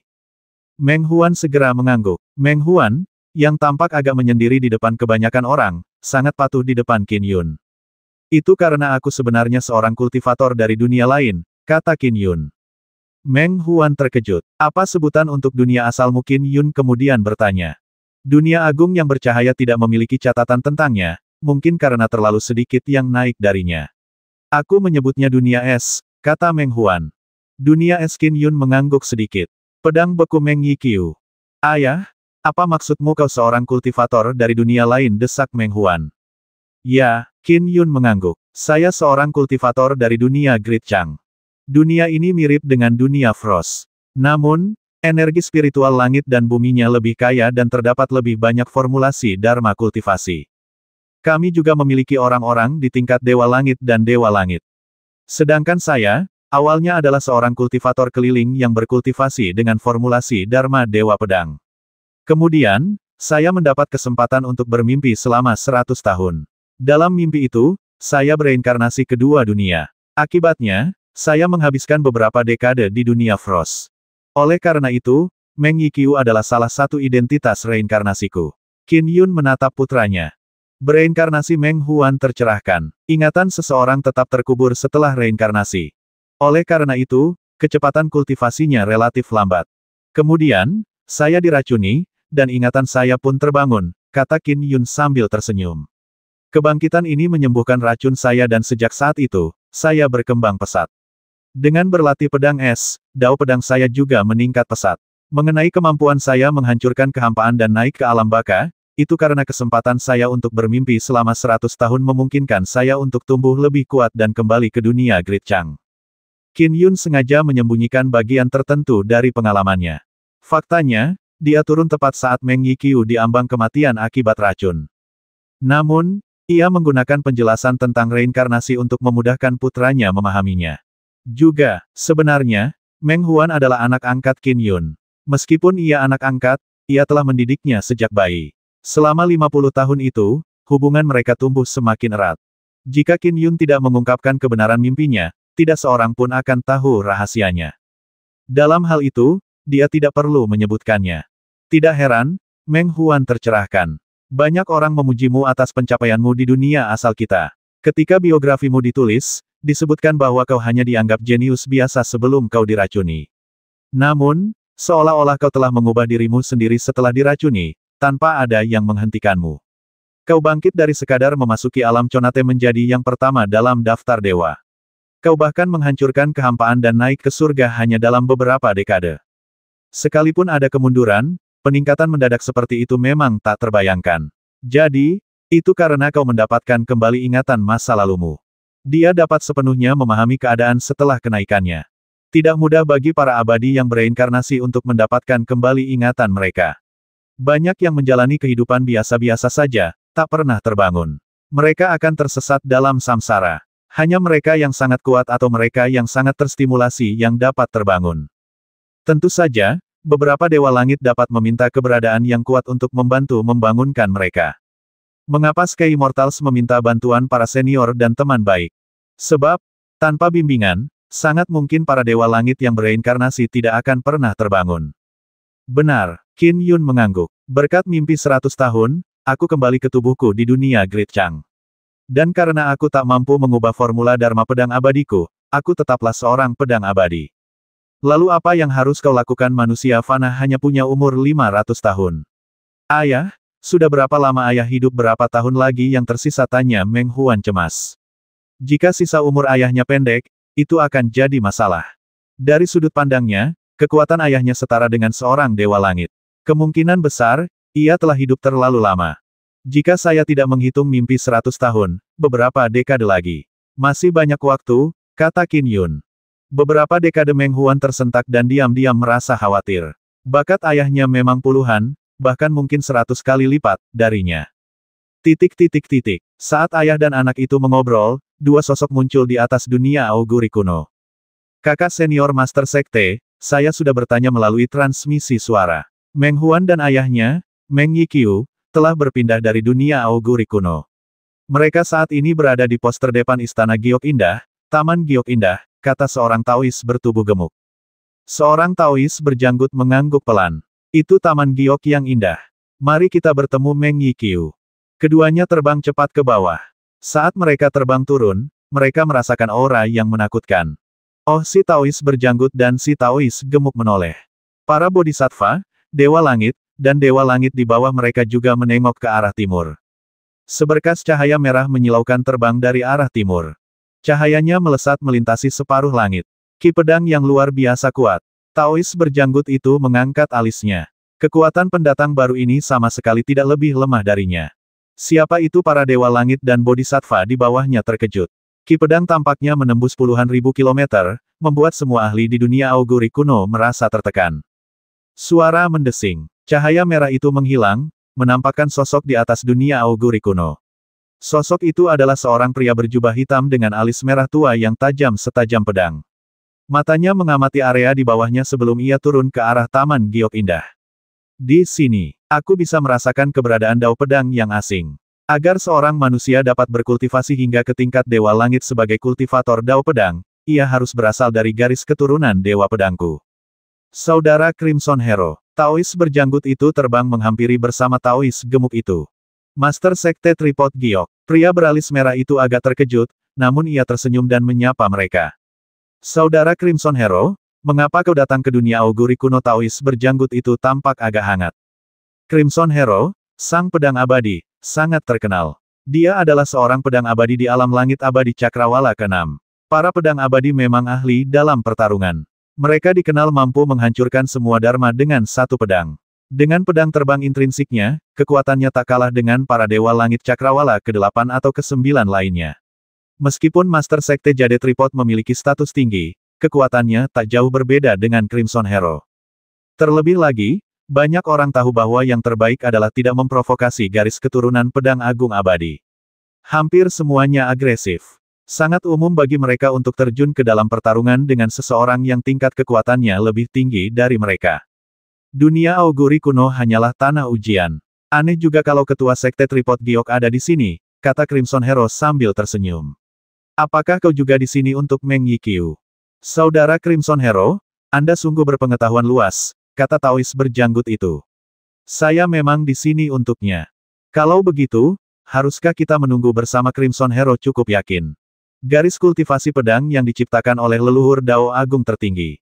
Itu adalah satu-satunya formulasi Dharma pedang abadi di 3 alam. Crimson Hero sangat yakin itu akan menarik minat Meng Yiqiu.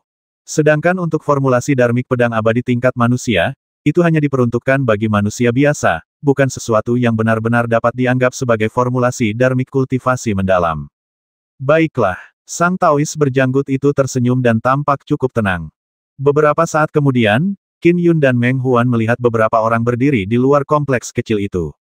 Meskipun Meng Huan adalah murid Sekte Tripod Giok, dia belum pernah melihat Master Sekte tersebut sebelumnya. Qin Yun, ini Master Sekte Jade Tripod Sek. Ini Sword Immortal Crimson Hero. Ini Hall Master Jade Tripod Sek, G. Perkenalkan Sky Immortal berambut perak itu. Salam, Master Sekte Jade Tripod, Sword Immortal Crimson Hero, dan Hall Master G. Qin Yun membungkuk, tidak tampak terlalu rendah hati atau sombong. Ia pernah bertemu Puku Dragon Lord dan bahkan Amitabha Buddha, seseorang yang berada di peringkat 3 teratas dalam aliran pemikiran Buddha. Salam, Ketua Sekte. Meng Huan merasa sedikit khawatir dan segera membungkuk. Bagaimanapun juga, dia adalah murid Sekte Tripod Giok. Taois berjanggut itu mengangguk ke arah Meng Huan sambil tersenyum sebelum kembali menatap Qin Yun. Meng Yiqiu.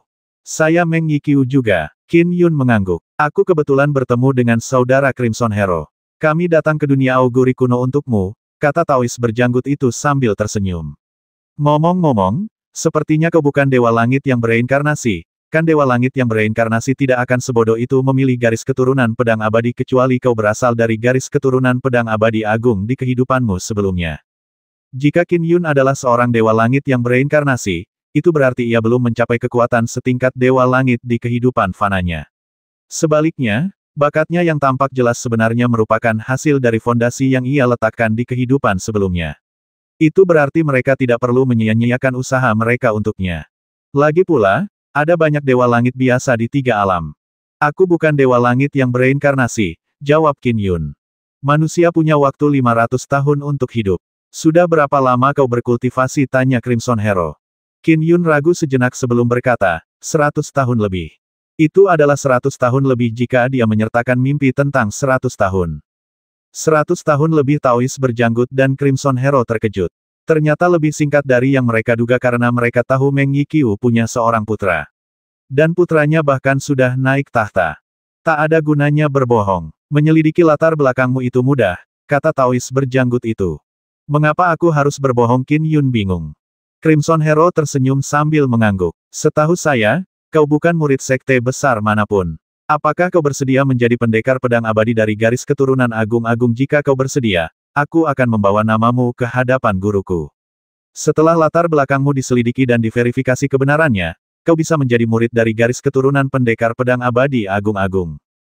Kenapa repot-repot berkultivasi sebagai pedang abadi? Tanya Taois berjanggut itu langsung. Silsilah pedang abadi diciptakan begitu saja oleh leluhur Dao Agung tertinggi dan itu jelas bukan Dao Agung.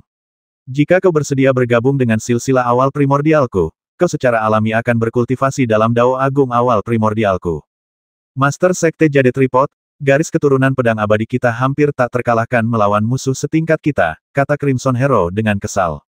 Awal primordialku memiliki banyak Dao Agung, banyak di antaranya lebih mendalam daripada silsilah pedang abadi, kata Taois berjanggut itu dengan percaya diri. Bahkan teknik mistik 89 dari silsilah Tripod Giokku berada di atas silsilah pedang abadi. Tripod Giok sempurna adalah salah satu dari 12 dewa emas di bawah penguasa surgawi awal primordial saat penciptaan alam semesta. Dia telah berkultivasi dalam waktu yang sangat lama, kata Crimson Hero dengan nada jengkel yang semakin menjadi-jadi. Silsilah pedang abadi kita mungkin muncul belakangan, tetapi kebenaran tentang siapa yang lebih kuat jika dibandingkan dengan guru dan paman guru dengan Tripod Giok sempurna masih belum diketahui. Lagi pula, seiring waktu, silsilah pedang abadiku akan semakin kuat. Dan berapa banyak tepatnya yang telah menguasai teknik mistik 89 dari silsilah Tripod Giokmu, kau bahkan belum menguasainya sebagai Dewa Langit Cakrawala ke-8, kan?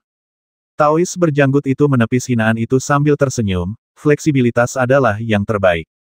Persepsiku masih kurang, jadi wajar saja jika pencapaianku terbatas. Namun, silsilah awal primordialku memiliki banyak rumusan dharma. Pasti ada satu yang cocok untuk teman muda kita, Qin Yun. Dengan bergabung dengan silsilah awal primordialku, Dao Agung akan tunduk padanya. Sang Dewa Langit berambut perak di sampingnya tak dapat menahan rasa iri. Dua sosok penting sebenarnya ada di sini untuk Qin Yun. Dan alasan utamanya adalah karena Qin Yun telah menunjukkan bakat yang luar biasa. Memasuki alam abadi langit dalam waktu sesingkat itu berarti potensinya tak terbatas. Luar biasa. Meng Huan merasa takjub sekaligus bahagia saat menyaksikan dari samping. Dulu ketika aku naik tahta, aku harus menjalani beberapa ujian hanya untuk bergabung dengan Sekte Tripod Giok sebagai murid biasa. Tapi ayah, sekarang sedang diperebutkan oleh Master Sekte dan seorang pendekar pedang abadi misterius dari garis keturunan agung-agung. Orang tua, Qin Yun segera menghentikan keduanya. Master Sekte Jade Tripod dan Crimson Hero menatap Qin Yun dengan penuh harap. Sejujurnya, saya berasal dari dunia Great Chang, kata Qin Yun. Dunia Great Chang saya adalah dunia kecil, dan leluhur Dao Harta Karun Luminous pernah turun menggunakan avatarnya untuk menyebarkan Dao di dunia Great Chang saya. Ah, Ketua Sekte Jade Tripod dan Crimson Hero terkejut. Ada banyak sekali dunia kecil. Avatar leluhur Dao Harta Karun Luminous benar-benar mengajarkan Dao di dunia Chang Agung. Master Sekte Jade Tripod merasa sedikit kecewa. Meskipun leluhur Dao Harta Karun Luminous terkenal tidak pandang bulu dalam ajarannya, dan telah mengirim banyak avatar untuk membabarkan Dao di berbagai dunia kecil, jumlah dunia kecil itu terlalu banyak. Masih banyak dunia kecil yang belum ia kunjungi. Kebetulan sekali, Crimson Hero mengerutkan kening. Jika leluhur Dao Harta Karun Luminous telah mengajarkan Dao, itu berarti dunia Great Chang berasal dari garis keturunan Harta Karun Luminous. Master Sekte Jade Tripod juga merasakan sakit kepala. Crimson Hero mengeluarkan jimat kayu dan menyerahkannya kepada Qin Yun. Qin Yun, ini jimat kontakku. Ketika hidupmu berakhir dan kau ingin bereinkarnasi, carilah aku. Silsilah abadi pedang agung tertinggiku dapat membimbingmu secara langsung. Meskipun kau berasal dari silsilah Luminous Tracer di kehidupan ini, karma itu akan terputus setelah reinkarnasi. Kau kemudian tidak akan berhubungan dengan silsilah Luminous Tracer.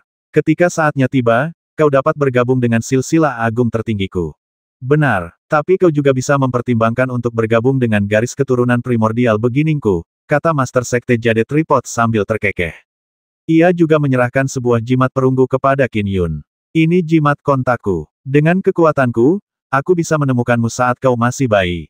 Aku bahkan bisa membantumu mengingat kembali kenangan masa lalumu. Qin Yun mengambil dua jimat kontak itu. Terima kasih, senior.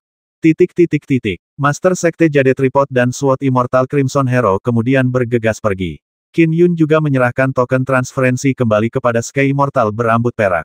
Akhirnya, Qin Yun juga mulai mengucapkan selamat tinggal kepada putranya. Huan aku akan kembali ke dunia Great Chang. Jika kau ingin menemukanku, cukup picu jimat kontak ini. Qin Yun menatap putranya. Ia telah mencapai alam Sky Immortal dan satu serangannya dapat menciptakan Grotto Heaven. Genggamannya atas kehampaan telah mencapai tingkat yang benar-benar baru, tidak jauh lebih rendah daripada isi Sky Dragon dan yang lainnya.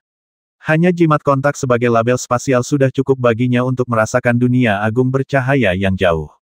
Oke, Meng Huan mengangguk. Ayah, kapan ayah bisa datang lagi? Hampir kapan saja, kata Qin Yun sambil tersenyum. Baiklah, kamu sudah memulai jalur kultivasi. Apakah ada yang masih belum bisa kamu tinggalkan? Meng Huan mengangguk lembut. Meng Huan juga merasa lega setelah mengetahui situasi ayahnya. Membuka. Di halaman kecil itu, seberkas sinar pedang berkabut melesat melintasi kekosongan dari ujung jari Qin Yun. Ledakan. Dengan peningkatan ranah daunnya, ia tidak perlu lagi menggunakan altar void. Hanya harta dharma yang ia tinggalkan di kediaman keluarga Qin sudah cukup baginya untuk merasakan dunia asalnya. Gemuruh. Sebuah lorong hampa terkoyak saat Qin Yun terus-menerus melepaskan ilmu pedangnya untuk membukanya lebih lebar. Sang Dewa Langit berambut perak menyaksikan dari dekat. Karena dunia bercahaya agung sangat jauh dari dunia asalnya, Qin Yun butuh waktu cukup lama baginya untuk menstabilkan lorong hampa dengan kekuatannya saat ini. Aku pergi. Qin Yun tersenyum pada Meng Huan. Baiklah. Meng Huan memperhatikan sosok ayahnya menghilang ke dalam lorong hampa. Ia tak bisa menahan perasaan sedikit tertindas. Ia menatap dengan linglung untuk waktu yang lama. Bukannya kalian tidak akan pernah bertemu lagi, kata Sang Dewa Langit berambut perak. Ya, Tetua Ye, Anda benar. Saya akan kembali untuk saat ini. Meng Huan segera membungkuk dan meninggalkan Taman Giok Indah menuju pos terdepan Sekte Tripod Giok miliknya. Qin Yun melangkah melalui lorong hampa dengan jauh lebih mudah kali ini. Meskipun lorong itu terus menyempit, ia mampu terus maju dengan mantap berkat kekuatan barunya, sambil membukanya lebih lebar untuk menstabilkannya. Inilah keuntungan memiliki kekuatan yang cukup. Akhirnya, Qin Yun melewati lorong kehampaan dan memasuki sebuah dunia. Fluktuasi ki esensi langit dan bumi yang familiar memberitahu Qin Yun bahwa ia telah kembali ke dunia asalnya, dunia Great Chang. Xiao, tunggulah sedikit lagi. Aku akan segera menyelamatkanmu. Qin Yun sangat menantikan untuk menyelamatkan istrinya, Yi Xiao. Saat memasuki dunia Great Chang, Qin Yun tiba di sebuah aula. Ia mengamati sekelilingnya dan langsung melihat altar void. Qin Yun, kau kembali begitu cepat, suara leluhur Master Zhang terdengar di telinga Qin Yun.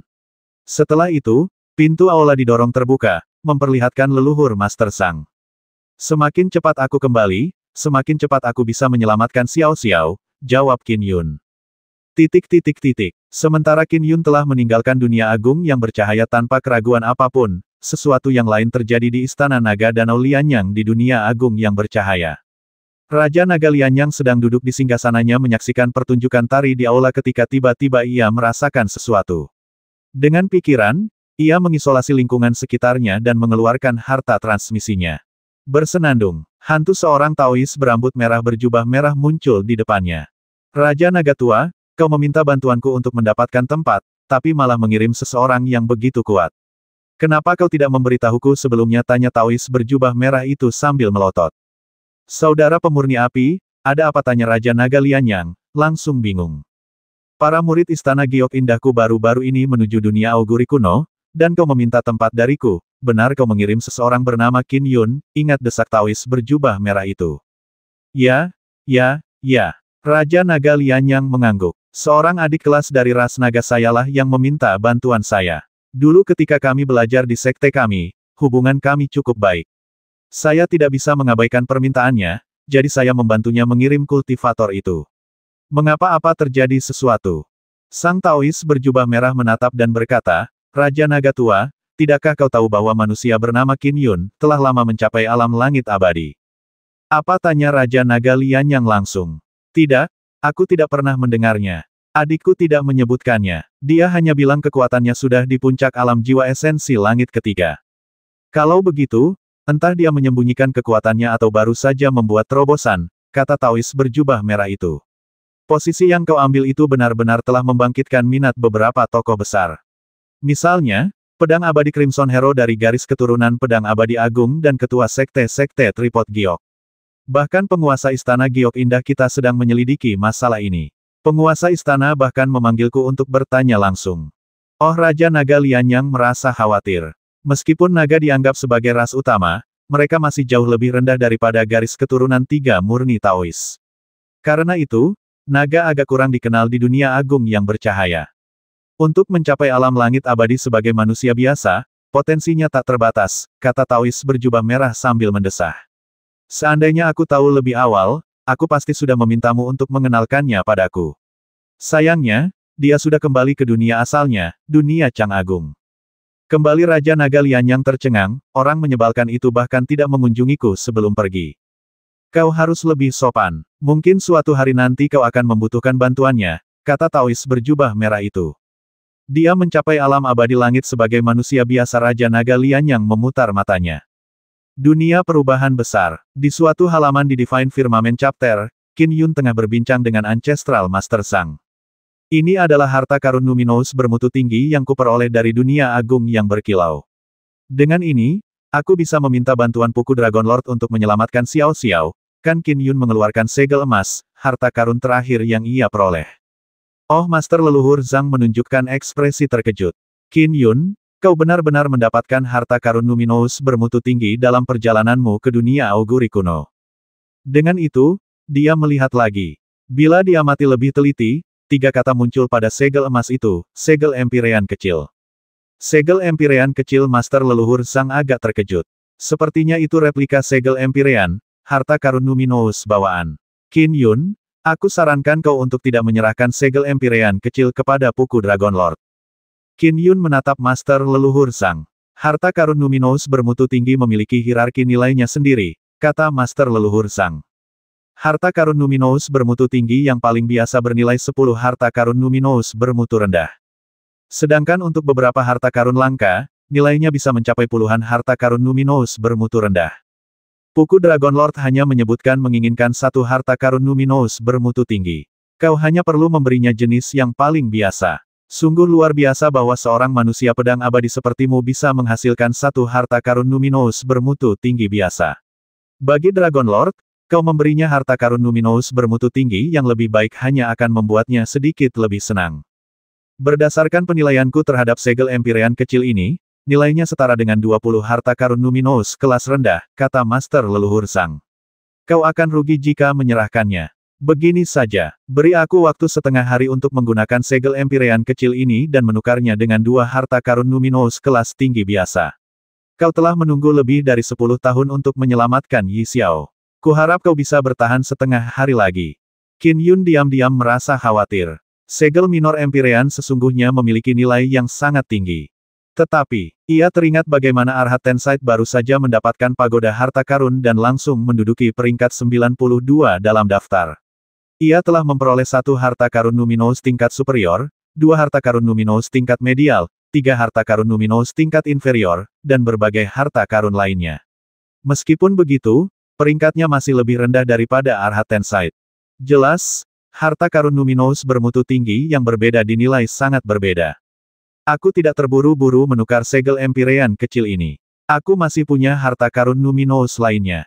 Semua itu seharusnya bisa menjadi harta karun Numinous yang bermutu tinggi. Setelah berkata demikian, dia mengeluarkan 2 harta karun Numinous bermutu medis yang diterimanya, seutas tali dan sebuah seruling. Senior Zhang, lihat ini. Berapa banyak lagi yang kurang dariku, tanya Qin Yun. Oh, guru leluhur Zhang memandang mereka dan mengangguk. Seruling ini biasa saja, tetapi tali ini agak luar biasa. Kalian seharusnya hanya butuh 2 harta karun Numinous kelas rendah lagi. Qin Yun mengeluarkan tongkat perunggu kemerahan dan halberd penghancur angkasa. Melihat ini, guru leluhur Zhang tersenyum dan berkata, panenmu cukup melimpah. Jika kamu melakukan beberapa ekspedisi lagi ke sana, aku mungkin tidak akan bisa menandingimu dalam hal harta karun. Ini semua berkat senior isi Sky Dragon yang membantu saya menemukan kesempatan ini, kata Qin Yun. Baiklah, aku akan menukar semua ini dengan harta karun Numinous bermutu tinggi untukmu dalam waktu setengah hari.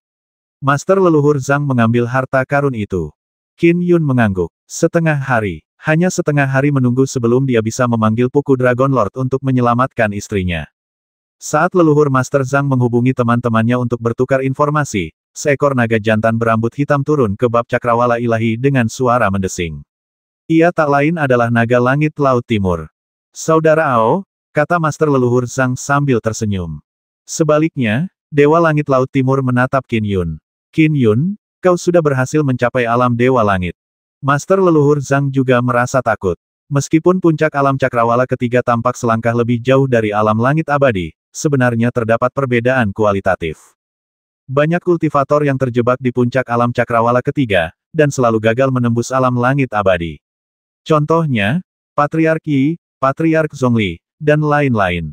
Ada banyak sekali jiwa esensi puncak di dunia agung yang berkilau. Menerobos kemacetan sebesar itu sangatlah sulit. Dari alam Conate ke alam Essence Soul ke alam Sky Immortal, dan dari alam Sky Immortal ke alam Golden Immortal, menembus hambatan-hambatan tersebut sangatlah sulit.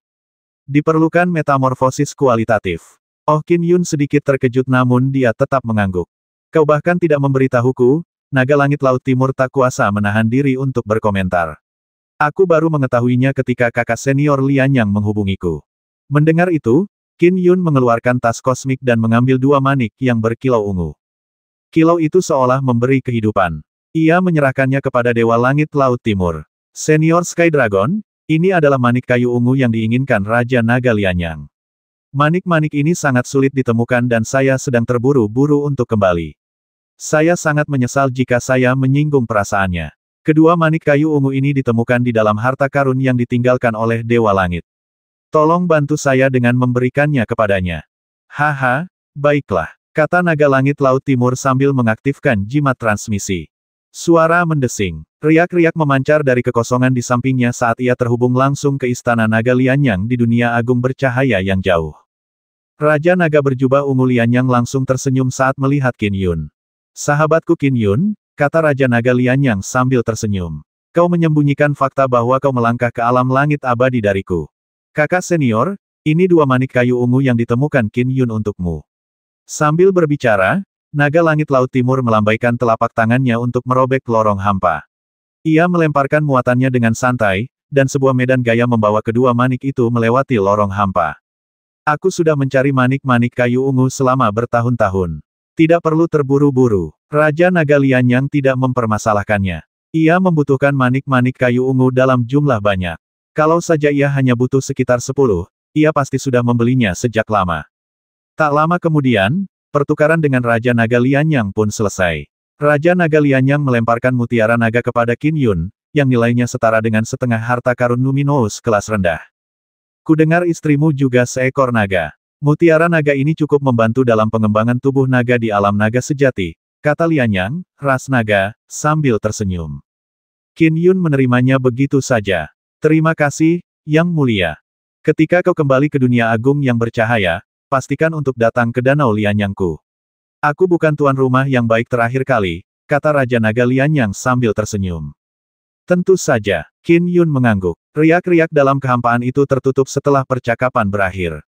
Leluhur Master Zhang segera berkata, Qin Yun, kau tidak memberitahuku bahwa kau telah memasuki alam langit abadi. Saya hanya membuat terobosan di dunia auguri kuno, jawab Qin Yun. Master leluhur Zhang mengangguk sedikit dan segera berkata, Anda baru berkultivasi selama beberapa dekade, bukan? Senior Zhang, apakah Anda lupa harta yang pernah Anda berikan kepada saya yang memungkinkan saya bermimpi 100 tahun, tanya Qin Yun. Master leluhur Zhang terkekeh. Siapa yang tidak punya kesempatan bahkan dengan impian 100 tahun, itu masih kurang dari 200 tahun kultivasi. Banyak kultivator masih terjebak di alam bawaan, untuk waktu yang lebih lama. Akan mengesankan bagi kebanyakan orang untuk hanya melangkah ke Dao. Namun, kau sudah berada di alam abadi. Aku harus segera melaporkan masalah ini. Lapor Qin Yun langsung cemas dan berkata, itu bisa menunggu setengah hari. Ayo kita cari Puku Dragon Lord dan minta dia menyelamatkan istriku dulu. Sisanya bisa diurus hari-hari berikutnya tanpa masalah, kan? Melihat ekspresi cemas Qin Yun, Master leluhur Zhang tak kuasa menahan diri untuk mengangguk. Baiklah, aku tahu kau mengkhawatirkan istrimu. Setelah itu, Master leluhur Zhang membantu Qin Yun menukarkannya dengan harta karun Luminous bermutu tinggi. Menemukan harta karun Luminous biasa dengan kualitas superior juga tidak mudah. Ini karena Sky Immortal yang kuat mungkin hanya memiliki 2 atau 3 harta karun Luminous dengan kualitas superior. Dan biasanya harta karun itu dibutuhkan. Untungnya, guru leluhur Zhang memiliki jaringan sosial yang luas. Ia menghubungi teman-teman baiknya di dunia lain. Sebagai murid pribadi leluhur Dao Harta Karun Luminous, banyak teman-temannya telah mencapai cakrawala keempat alam langit abadi. Mereka cukup ramah kepadanya. Akhirnya, riak-riak terbentuk dari kehampaan berulang kali dan setelah lebih dari 10 kali, dan menghubungi lebih dari 10 ahli dari dunia lain, Master leluhur Zhang akhirnya menemukan peserta yang bersedia.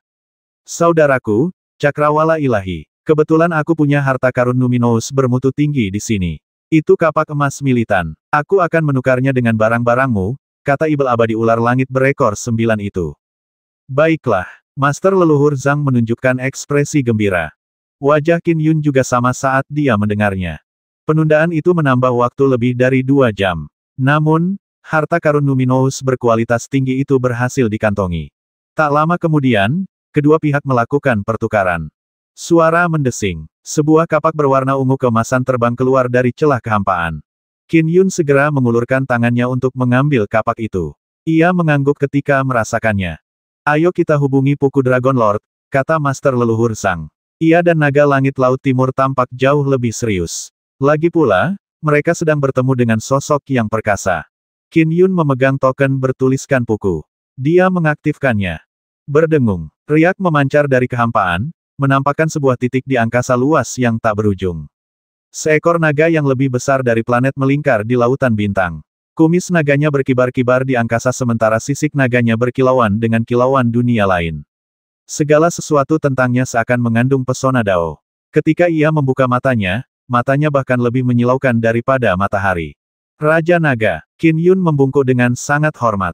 Daoist Divine Firmament dan isi Sky Dragon juga bertindak penuh hormat. Puku Dragon Lord menatap Qin Yun. Sepertinya kau telah memperoleh harta karun Luminous tingkat tinggi. Qin Yun memegang kapak emas militan dan membungkuk, suaranya sedikit bergetar. Raja Naga, tolong selamatkan istriku, Yi Xiao. Puku Dragon Lord memandang dari angkasa jauh yang hampir tak berujung. Suara mendesing. Kekuatan Dharma merayap keluar melalui celah kehampaan dan melilit kapak emas militan dari tangan Qin Yun. Setelah itu, kapak tersebut ditarik keluar melalui celah kehampaan. Qin Yun, Daoist Divine Firmament, dan isi Sky Dragon tidak berani mengucapkan sepatah kata pun saat menyaksikan kejadian ini. Lagi pula, mereka sudah sangat beruntung karena ada sosok perkasa yang bersedia membantu. Untungnya, tokoh perkasa alam naga leluhur ini gemar mengoleksi harta karun. Suara mendesing. Kapak emas militan menembus angkasa yang luas dan akhirnya mencapai puku Dragon Lord. Kapak itu melayang di sekelilingnya dan tampak semakin mengecil semakin dekat dengannya. Bagi puku Dragon Lord, yang lebih masif daripada planet, kapak emas militan tampak seperti biji wijen. Puku Dragon Lord mengulurkan cakar naganya untuk menangkapnya. Setelah itu, ia membuka mulutnya, mengirimkan suaranya. Istrimu, Yi Xiao, berada di dalam dunia kecil. Karena keterbatasan Dao Surgawi, aku tidak bisa memasuki dunia kecil. Qin Yun juga mengerti. Dao Surgawi melindungi dunia kecil oleh karena itu, tokoh-tokoh perkasa seperti Dewa Emas dan Buddha tidak dapat turun ke dunia kecil dengan tubuh asli mereka. Eksistensi seperti tiga makhluk murni Taois atau Buddha Gautama adalah eksistensi puncak dalam kontinum ruang-waktu yang tak berujung. Tubuh sejati mereka bahkan lebih kuat, tetapi mereka juga tidak dapat memasuki alam agung secara langsung. Mereka hanya bisa melakukannya dengan avatar mereka. Sebuah avatar belaka mengandung kekuatan yang sangat kecil. Ini adalah jimat transferensi Void utama. Jimat ini akan berubah menjadi debu setelah digunakan 2 kali. Puku Dragon Lord melambaikan tangannya saat sebuah jimat Dao ungu merobek celah kehampaan, menembus penghalang jarak yang dikenal sebagai ruang. Butuh beberapa saat untuk mencapai dunia Great Chang. Ketika akhirnya tiba, Qin Yun mengulurkan tangan untuk mengambilnya. Ada tanda kekosongan yang ditandai pada jimat transfer kekosongan utama, lanjut Puku Dragon Lord. Picu jimat sesuai tanda kekosongan dan kau akan mencapai tempat istrimu ditawan. Kau kemudian dapat memicu jimat lagi setelah istrimu dapat melarikan diri dengan mudah. Ingat, jimat transferensi Void utama ini paling banyak dapat memungkinkan jiwa esensi untuk mengeluarkan transferensi Void utama. Suara itu terus bergema saat celah kehampaan itu tertutup. Komunikasi antara kedua belah pihak telah berakhir. Qin Yun menatap jimat Dao ungu di tangannya, merasa agak cemas. Ia menatap celah kehampaan yang tertutup dan berkata dengan cemas, "Aku belum menanyakan kabar putriku." Jangan menunjukkan rasa tidak hormat kepada seorang Dragon Lord, kata naga langit laut timur segera. Tidak bisakah kau bertanya kepada Yi Xiao tentang putrimu setelah kau menyelamatkannya? Jika memang tidak ada yang bisa kau lakukan, tidak akan terlambat untuk meminta bantuan Dragon Lord lagi. Namun, mengingat temperamen seorang Dragon Lord, tidak mudah bagi mereka untuk terus-menerus membantu kami, para junior. Kita pasti membutuhkan lebih banyak harta karun. Tidak perlu terburu-buru, kata Master Leluhur Zhang. Mungkin putrimu bersama Yi Xiao. Kalau tidak ada solusi lain, kita bisa mempertimbangkan untuk meminta bantuan Dragon Lord. Ngomong-ngomong, kau harus memeriksa jimat itu dan melihat di mana tanda kekosongan itu. Ya, Qin Yun memegang jimat Dao ungu dan menyalurkan semua inderanya ke sana. Berdengung. Dengan pemahaman Qin Yun tentang kehampaan, ia dapat menuju ke dunia kecil lainnya meskipun jaraknya sangat jauh. Persepsinya tentang dunia asalnya, dunia Chang Agung, bahkan lebih tajam. Apa Qin Yun terkejut dan marah karena dia dapat dengan jelas merasakan suatu titik tertentu. Qin Yun, di mana Yi Xiao di penjara? Apakah di dunia Great Chang? Kita tanya Master Leluhur Zhang segera. Naga Langit Laut Timur juga menatap Qin Yun dengan penuh semangat. Dia ada di dunia Chang Agung, dan di wilayah Sekte Leluhur Bur, kata Qin Yun sambil menggertakkan gigi. Dia di penjara di surga gua Sekte Leluhur Bur. Surga gua di Sekte Leluhur Bur. Master Leluhur Zhang dan Naga Langit Laut Timur bertukar pandang. Qin Yun, aku punya ide. Mata leluhur Master Zhang berbinar. Transfer kekosongan utama ini berbeda dari transfer kekosongan biasa. Transfer kekosongan biasa mencegah transfer kekosongan saat ruang dibekukan, disegel, atau dihancurkan. Qin Yun mengangguk. Dia tahu itu karena dia benar-benar punya cara untuk membekukan ruang. Setiap kali dia melakukannya, teknik Void Transference biasa menjadi tidak efektif. Aku tahu transferensi Void utama jauh lebih brilian, kata Qin Yun. Dunia auguri kuno memiliki susunan kuno yang mengelilingi seluruh planet. Seseorang bisa langsung meninggalkannya dengan menggunakan token transferensi utama. Ya, Master Leluhur Zhang mengangguk. Transfer kekosongan utama dari dunia auguri kuno dilemparkan dengan mengaktifkan formasi susunan besar. Token yang kau terima hanyalah katalis dan sebenarnya sangat kecil nilainya. Namun, jimat Dao transfer kekosongan utama yang diberikan Dragon Lord kepadamu dapat melemparkan transfer kekosongan utama sendiri. Meskipun tidak dapat digunakan oleh Sky Immortals, nilainya hampir setara dengan harta karun Numinous tingkat menengah. Transferensi Void utama, jauh lebih sulit daripada transferensi Void. Sekte Leluhur Bur adalah salah satu dari 9 silsilah ibel jahat di dunia Great Chang kita, kata Master Leluhur Zhang. Sekte ini telah ada sejak zaman kuno dan memiliki fondasi serta akar yang dalam. Untuk bertahan melawan kita, formasi susunan Sekte Leluhur Bur menyegel ruang. Tak seorang pun dari kita bisa masuk melalui Void Transference. Sedangkan untukmu, Qin Yun, kau sekarang memiliki jimat Dao Void Transference utama, yang memungkinkanmu memasuki gua surga di wilayah mereka. Dengan kekuatanmu saat ini, kau seharusnya bisa langsung menghancurkan gua surga, kan? Ya, Qin Yun mengangguk. Menghancurkan Grotto Heaven dengan satu serangan adalah sesuatu yang dapat dilakukannya setelah mencapai alam Sky Immortal. Hebat, Master Leluhur Zhang menunjukkan ekspresi gembira. Setelah kau menyelamatkan Yi Xiao, hancurkan gua surga itu segera dan kau akan muncul secara alami di sarang Sekte Leluhur Bur. Kau masih manusia biasa, jadi tak perlu khawatir menderita kesengsaraan surgawi karena efeknya pada manusia biasa. Berusahalah sebaik mungkin untuk menghancurkan formasi susunan Sekte Leluhur Bur sesegera mungkin. Semakin banyak kau menghancurkan, semakin mudah bagi kita untuk menyerang dari luar. Ketika saatnya tiba, kita bisa bersama-sama menyebabkan kekacauan di dalam dan luar, memberi kita kesempatan untuk menghancurkan Sekte Leluhur Bur. Bagaimana pendapatmu tentang rencana ini? Bagus sekali. Qin Yun mengangguk tanpa ragu. Matanya dipenuhi niat membasmi. Mereka menangkap dan memenjarakan istriku. Sekte Leluhur Bur adalah salah satu dalang di balik semua ini. Kau sangat ingin menyelamatkan istrimu, tapi aku di sini meminta bantuanmu untuk menghancurkan Sekte Leluhur Bur. Aku sungguh malu, tapi ini kesempatan yang sangat langka. Master Leluhur Zhang merasa sedikit menyesal. Qin Yun menggelengkan kepalanya, jelas tidak mempermasalahkannya. Sekte Leluhur Bur adalah salah satu dari 9 silsilah ibel jahat. Setiap hari keberadaannya adalah hari yang penuh masalah. Aku tentu akan melakukan yang terbaik jika diberi kesempatan untuk menghancurkannya.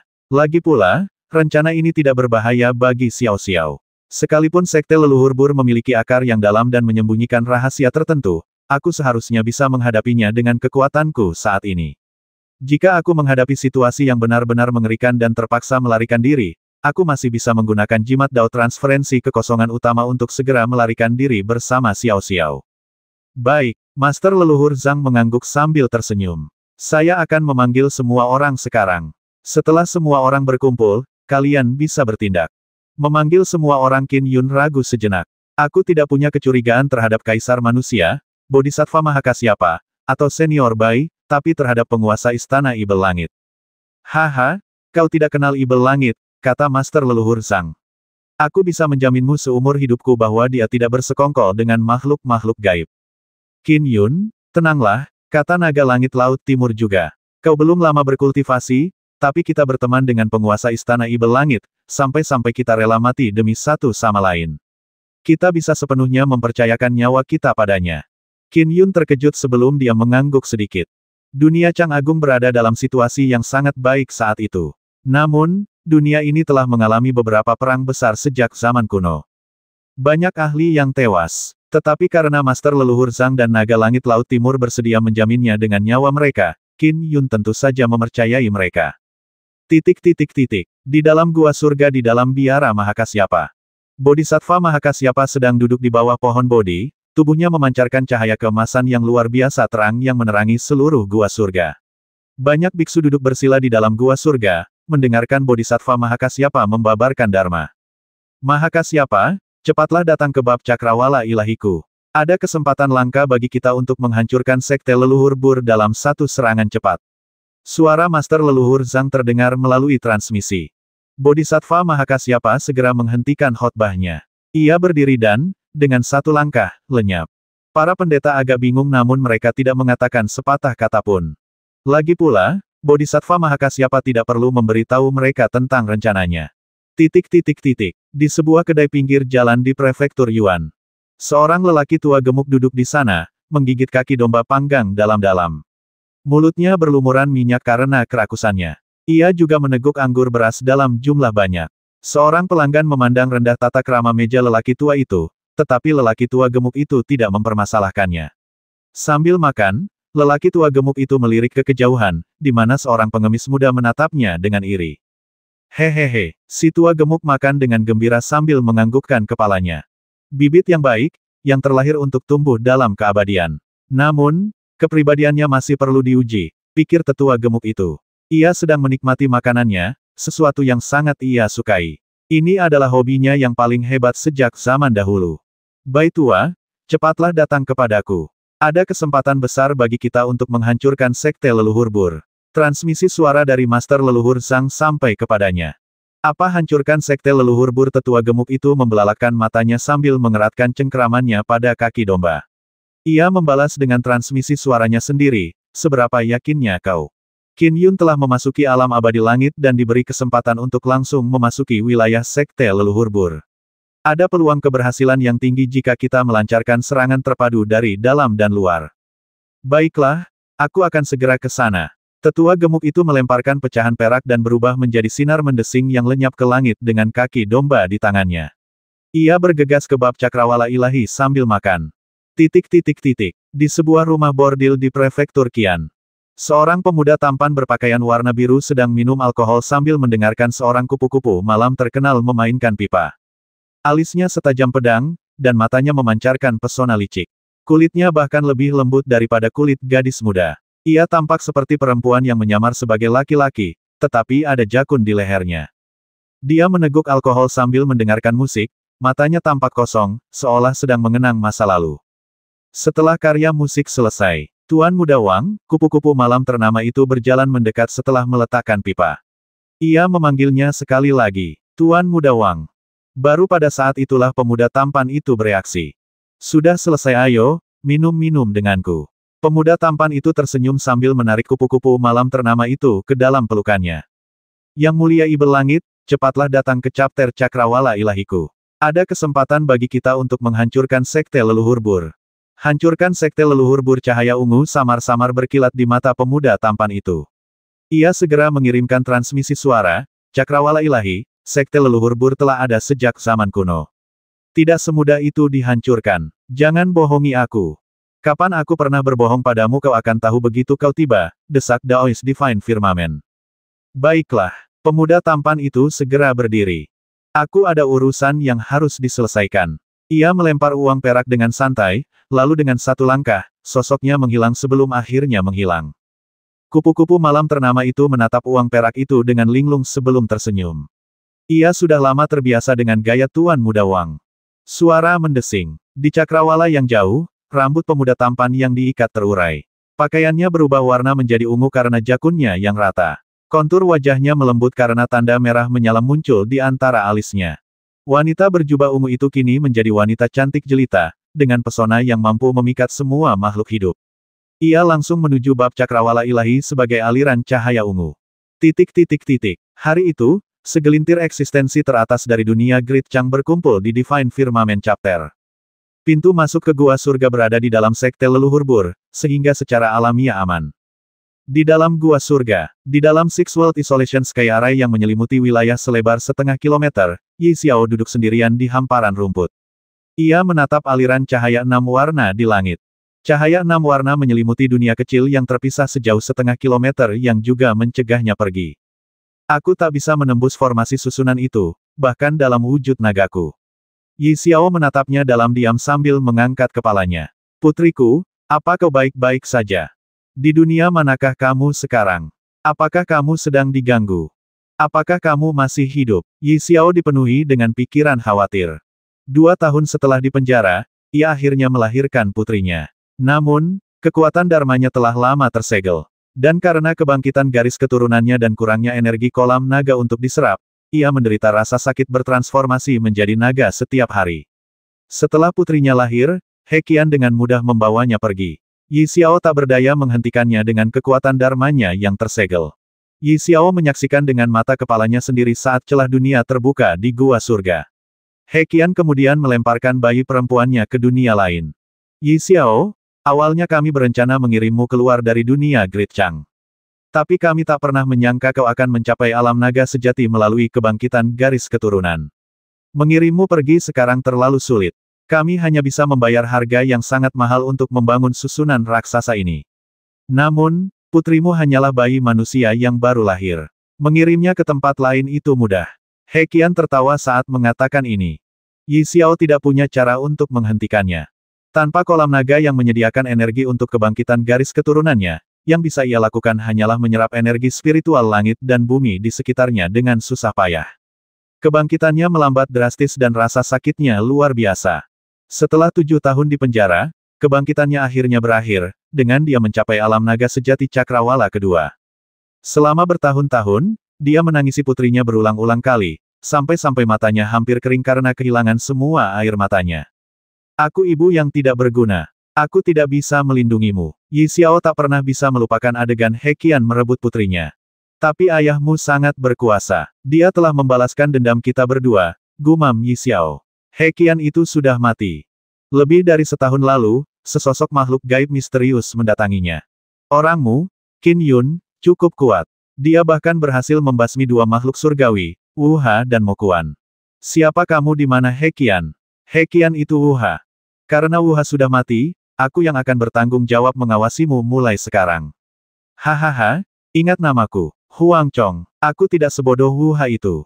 Aku hanya perlu bersembunyi dan Qin Yun tidak akan pernah bisa menemukan kita.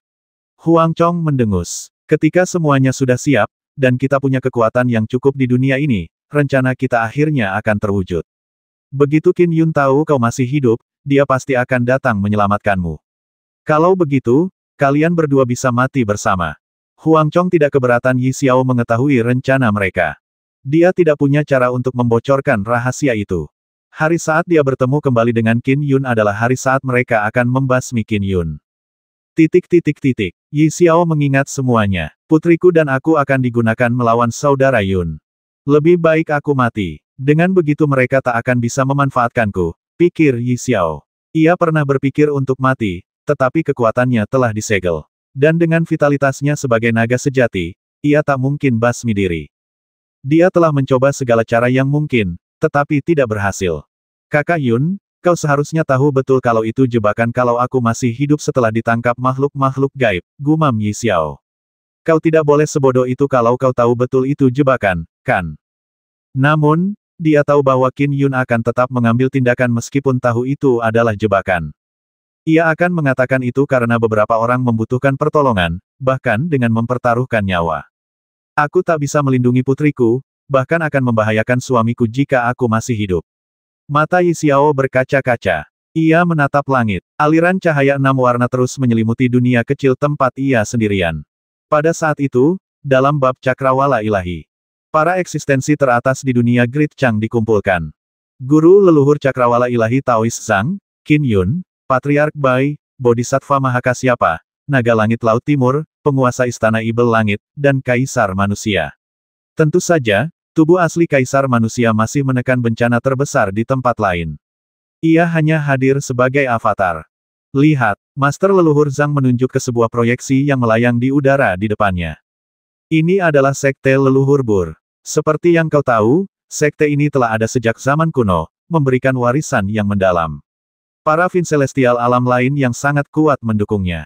Formasi susunan pertahanan mereka telah disempurnakan selama ratusan ribu tahun. Meskipun sangat kuat, kita masih bisa menembusnya jika kita mempertaruhkan segalanya.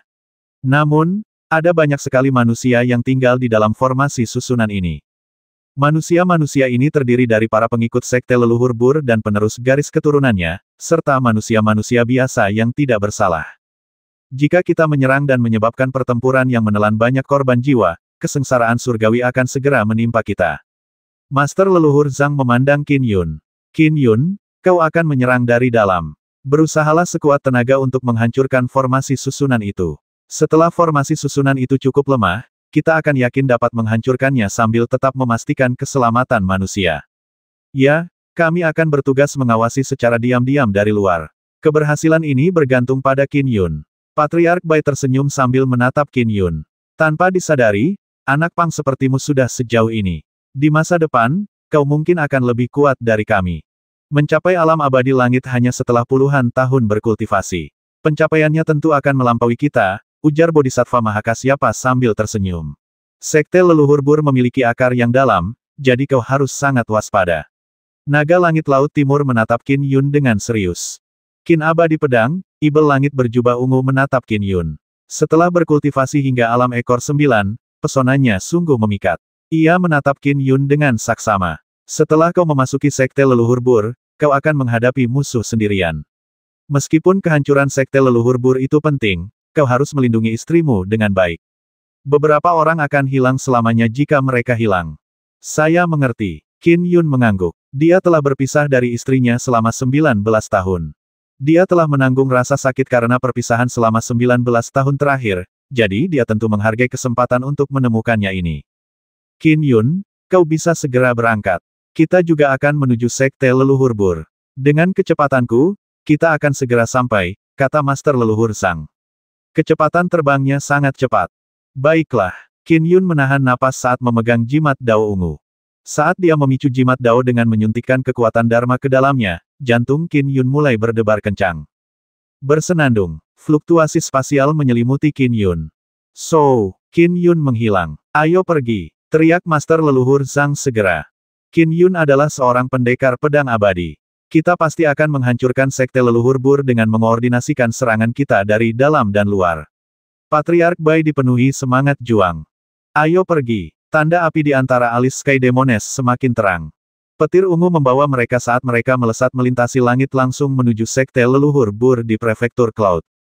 Di surga gua di dalam sekte leluhur Bur. Yi Xiao duduk sendirian di sana. Ia sudah terbiasa dengan kesendiriannya. Bersenandung. Tiba-tiba, fluktuasi spasial turun ke dalam Six World Isolation Sky Array. Sesosok muncul dari kehampaan. Yi Xiao menoleh dengan bingung ketika merasakannya. Di hadapannya, berdiri seorang pria berjubah abu-abu dengan air mata berlinang. Tatapan mereka bertemu. 410.